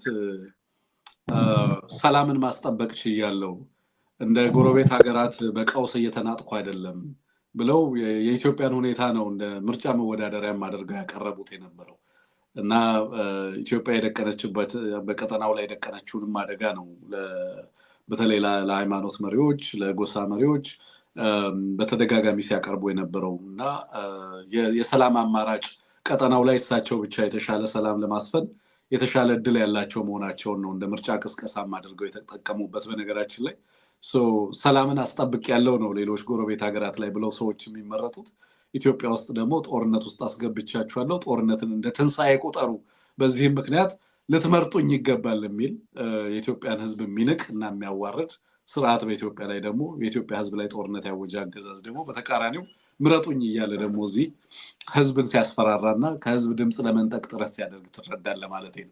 የሁለቱ ተቃርኖ መቼም አጃይብ የሚያስብል ነው። ለነበረን ቆይታ እንግዲህ አንሙት የፕሮግራማችንን አንደኛውን ዙር ጨርሰናል። ከዚህ በኋላ ስልክ መቀበል እንጀምራለን። አድማጭ ተመልካቾቻችን በዚህ ቁጥር በሲደመር 17230933725 በዋትስአፕ ቁጥራችን ደውላችሁ እንኳን አደረሳችሁ ማለት ትችላላችሁ። የፈለጋችሁትን ሰው ዘመዶቻችሁን ወይንም ደግሞ በእስር ቤት ያሉ በትግል ላይ ያሉ ሰዎችን ደውላችሁ እንኳን አደረሳችሁ ማለት ትችላላችሁ። ኤቢሲ አዲስ ቻናል ነው የከፈተው። ሰብስክራይብ ያላደረጋችሁ ሰዎች እባካችሁ ሰብስክራይብ አድርጉ። ቤተሰብ ሁኑ፣ ለብዙዎች አጋሩ። ብዙ ሰዎች የሚመለከቱት ተቋም ነው። ብዙ ሰዎች ጋር እየደረስን ነው። በሁለትና በሶስት ቀን ስራዎቻችን ፕሮግራሞቻችን ከ40,000 ሰው በላይ እያያቸው ነው ያለው አንሙት በሚያስገርም ሁኔታ። ስለዚህ ይሄንን አንድ ሰው ዛሬ ከማርቆስ ደውሎልኝ ነበር። ምናልባት እየሰማ ከሆነ ይሄን ፕሮግራም ባካችሁ እኛ በሳተላይት ነው የምንከታተላችሁና በሳተላይት ምን ነው ጠፋችሁብን የሚል መልእክት አድርሶኛል። ልሰጣው የሚችለው መልእክት በዩቲዩብ ለምን አትከታተለንም የሚል ነው። በዩቲዩብ እንደፈለግን ኢንተርኔት አክሰስ የለንም እና ፕሮግራሞቻችሁን ለመስማት እየተቸገርን ያለነው የሚል ነገር ሰምቻለሁና ሳተላይቱ ለብዙ ህዝባችን በጦርነቱ ስላለው ህዝባችን የሚደርስ ነውና ባካችሁ ይሄንን ድጋፍ ብታደርጉልን በርካታውን የአማራን አርሶ አደር የታጠቀ በአእምሮም በአካል ብቃትም በሚገባ የታነጸ ማህበረሰብ ለመፍጠር እድል ይሰጠናልና ብዙ ሚሊዮኖች ጋር እንድንደርስ ስለሚያደርገን ለዚህ የምታደርጉት ነገር በእውነት ጊዜያችሁንም ገንዘባችሁንም እንደማጥፋት አይደለም። ለኔ በታሪክ ውስጥ ልናሳካ የምንፈልገውን ነገር እንድንሳካ እድል ትሰጡናላችሁ ብዬ ነው የማስበውና ይሄን ለማድረግ ፈቃደኛ ሆናችሁ እየደገፋችሁ ያላችሁ ሰዎች ከልብ ነው ማመሰግነው። እኛም ሰርተን እንግዲህ በተግባር ውጤቱን እንድታዩት ለማድረግ ጥረት እናደርጋለን። ስለዚህ በሲደመር 172393725 ልደውሉን ትችላላችሁ። ሌላው ለምንድነው የሚያየን ሰው ሰብስክራይብ የሚያደርገው የሚለውን ነገር በዚህ አጋጣሚ ላንሳንሙት። ኢትዮጵያ ውስጥ በጣም በርካታ ሰዎች እኛን የሚያዩን ሰዎች በብዛት እድሜያቸው ከ40 እስከ 85 ባለው ውስጥ ነው። በተለይ ደግሞ ከ40 እስከ 65 ያለው ወደ 40% ወደ 43% የሚጠጋው የሚመለከተው እድሜ አርበኛ አበበ ፈንታ ያስተላልፈው የእንኳን አደረሳችሁ መልእክት ነው። እሺ እንሰማዋለን። አንዴ ጠብቀን ሰብስክሪፕሽንን በተመለከተ አንድ ነገር ላንሳ ብዬ ነው። ለምንድነው ሰብስክራይብ የማታደርጉት አንዳንድ ሰዎችን ስል በዋትስአፕ የተላከልን መልእክት ስላስገረመኝ ነው። አንድ ሰብስክራይብ ስናደርግ አገዛዙ የሚመለከተንን መስሎ ማን ሰብስክራይብ እንዳደረገ የሚያውቅ ስለሚመስለን ስጋት ስላለብን ነው የሚሉ ሰዎች አሉ። 100% ላረጋግጥላችሁ የምፈልገው ነገር ሰብስክራይብ ስታደርጉ አገዛዙ አያያችሁ ማለት እኛ እንኳን አናውቅም ማን ሰብስክራይብ እንዳደረገ ማን ሰብስክራይብ እንዳላደረገ። ስለዚህ ሰብስክራይብ የሚለውን ነገር ስትነኩ ሰብስክራይብ የሚለውን ነገር ስትጫኑት እኛም አናውቅም ማን ሰብስክራይብ አድርጎናል። ቁጥር ነው የምናየው። ለምሳሌ በፐርሰንት ምን ያህሉ ሰብስክራይብ አድርጎ ይመለከተናል፣ ምን ያህሉ ደግሞ ሰብስክራይብ ሳያደርግ ይመለከተናል የሚለውን አሃዝ እናያለን እንጂ በተጨባጭ ነገሌ ሰብስክራይብ አድርገውናል ነገሌ ያላደረጉንም የሚለውን እኛ ራሱ አናይም ማለት ነው። ሚስጥራዊነቱ በጣም የተጠበቀ መሆኑን ማወቅ አለባችሁ። ቢ ኮንፊደንት ሆናችሁ ሰብስክራይብ አድርጉ። ሌላው ደግሞ ምንድነው ሌላው ህይወቱን እየሰጠ ነው ያለው። እናንተ መረጃ ለማግኘት የፈለጋችሁትን ቻናል መስማት መብታችሁ መሆኑን ማወቅ መቻል አለባችሁ። በዚህ ረገድ ምንም ስጋት ሊገባችሁ አይገባም፣ ምንም ፍርሃት ሊገባችሁ አይገባም ማለት ነውና ሰብስክራይብ አድርጋችሁ በነፃነት ማየት አለባችሁ። ሌላው ይሄ ቻናል ቢዘጋ የቴሌግራም ቻናላችን ላይ ገብታችሁ ኤቢሲን ማግኘት አለባችሁ። የቴሌግራም ቻናላችን ከስር ቻት ቦክሱ ላይ አሁን ላይቭ እየተከታተላችሁ ቻት ቦክሱ ላይ ኮሜንቶች ስር ይቀመጥላችኋል። በዋትስአፕ ቁጥራችንን ብትጠይቁን ልክላችኋለን የቴሌግራም ቻናላችንን። ቻናላችንን ተቀላቅላችሁ አዲስ የምንከፍተውን የዩቲዩብ ቻናል በየጊዜው እንድታገኙ እድል ስለሚፈጥርላችሁ እሱን ተቀላቀሉ ለማለት ነው። ከዚህ ሰዓት ጀምሮ እንግዲህ ስልኮቻችሁን መቀበል እንችላለን። ስልክ ቁጥሩን አንዴ ላስታውሳችሁ። ሲደመር 1 አድርጋችሁ ነው ኢትዮጵያ ያላችሁ በተለይ ሲደመር 1ን ተጭናችሁ ከዛ 720 309 3725 ላይ በዋትስአፕ ብትደውሉ በቀጥታ ስልኮቻችሁን መቀበል የምንችል መሆኑን መልእክቶቻችሁን ማስተናገድ የምንችል መሆኑን ማወቅ አለባችሁ ማለት ነው። እንግዲህ እናንተ እስክትደውሉ ድረስ የአርበኛ አበበ ፈንታውን የእንኳን አደረሳችሁ መልእክት ለእናንተ ለአድማጭ ተመልካቾቻችን እናደርሳለን። ኢን ዘ ሚን ታይም ደግሞ እግረ መንገዳችንን ስልክ እናስተናግዳለን። አመሰግናለሁ አንሙት። ለመላው የክርስትና እምነት ተከታይ ወገኖቻችን እንኳን ለፋሲካ በዓል አደረሳችሁ ለማለት እወዳለሁ። ሀገራችን ካለችበት ነባራዊ ሁኔታ አንፃር ወገኖቻችንን እንኳን በጽናት የዚህን አስከፊ ፋሽስታዊ አገዛዝ ግፍና መከራ ተቋቁማችሁ እንኳን በጽናት ለፋሲካ በዓል ለትንሳኤ በዓል በሰላም አደረሳችሁ በጽናት አደረሳችሁ ለማለት እወዳለሁ። ከዚህ ጋር ተያይዞ እንግዲህ መለያ አማራ ህዝብ በፋኖ ባብራኩ ክፋይ የህልውና ተጋድሎ ላይ ይገኛል። የህልውና ተጋድሎ እንግዲህ በድሉ ዋዜማ ላይ የሚገኝ ትግል ነው። በፋኖ ትግል ውስጥ ያሉ ክፍተቶቻችንን በሙሉ ከጊዜ ወደ ጊዜ እየደፈንን ክፍተቶቻችንን እያስተካከልን በተለይ ከዚህ ከመሪ ድርጅት መፍጠር ጋር ተያይዞ እንደምታውቁት የአማራ ፋኖ ብሔራዊ ንቅናቄ ተመስርቷል። መሬት ላይ ያሉ የአማራ ልጆች በሙሉ ያሉ ልዩነቶቻቸውን በሙሉ በመፍታት አንድ የአማራ ቤት ተሰርቷል። የአማራ ፋኖ ብቻ ሳይሆን የአማራን ህዝብ እንደ ህዝብ በውጭም በውስጥም ያለውን ማታገል የሚችል ድርጅት ተፈጥሯል። ድርጅቱን እንዳይኑ ብለን መጠበቅ ማሳደግ ለሚፈለገው ዓላማ እንዲውል የአማራን ህዝብ ህልውና በመሪነት እያታገለ እንዲያረጋግጥ ከህልውና መረጋገጥ ባሻገር የሀገራችን ኢትዮጵያ ባለቤት የምንሆንበትን ከሁሉም ኢትዮጵያውያን ጋር ትግል እንዲመራ የህዝባችን ሚና በጣም ከፍተኛ ነው። አሁንም ድርጅቱን ለተሻለ ደረጃ እንዲያበቃው ትግሉና ህዝባችንን ነፃ እንዲያወጣ እንዳይኑ ብለን መንከባከብ የሚያስፈልገውን ነገር በሙሉ አቅም በፈቀደ ሁሉ ማሟላት ያስፈልጋል። ይሄ ከህዝባችን ይጠበቃል።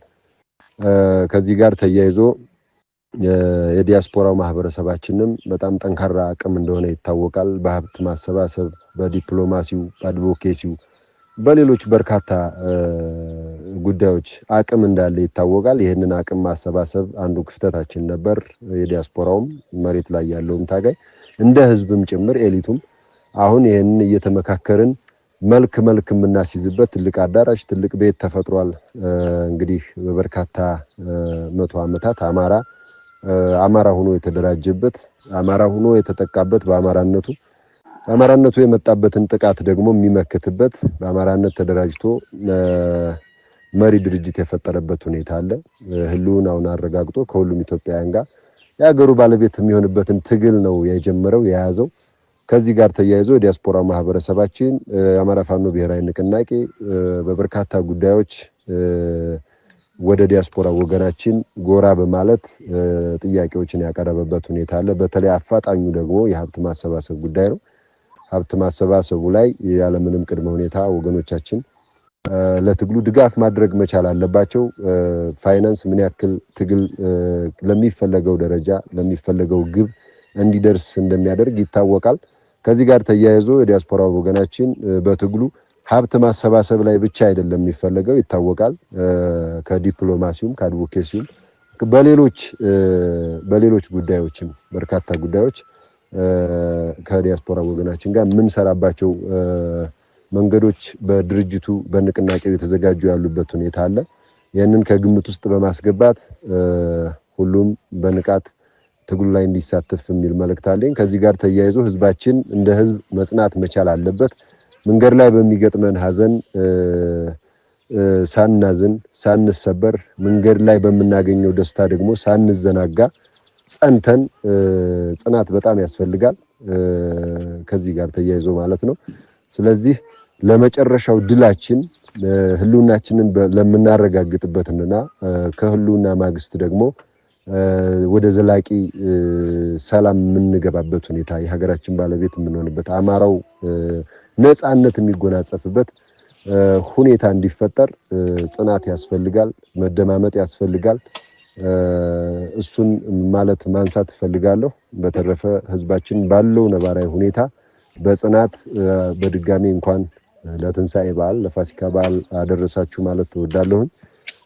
አመሰግናለሁ። በክርስትና እምነት ርዕሰ በዓላት አርበኛ ይቅርታ እንደ ቴክኒሻናችን አርበኛ እስክንድር ነጋም እንደዚሁ ያስተላለፈው መልእክት አለና እሱንም እንስማ። ጤና ይስጥልኝ። በክርስትና እምነት ርዕሰ በዓላት የሚባለው ፋሲካ ነው።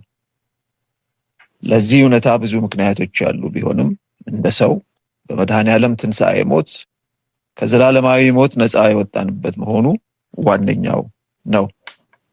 በትግል ላይ እንዳለፋ ነው ሆነ ስንመለከተው ደግሞ ምንም ትርፍ ሳይጠብቁ ዝቅ ብሎ ህዝብ ማገልገል ከፈጣሪ ራሱ የቀሰም ነው ተግባራዊ ምሳሌ መሆኑን እንማርበታለን።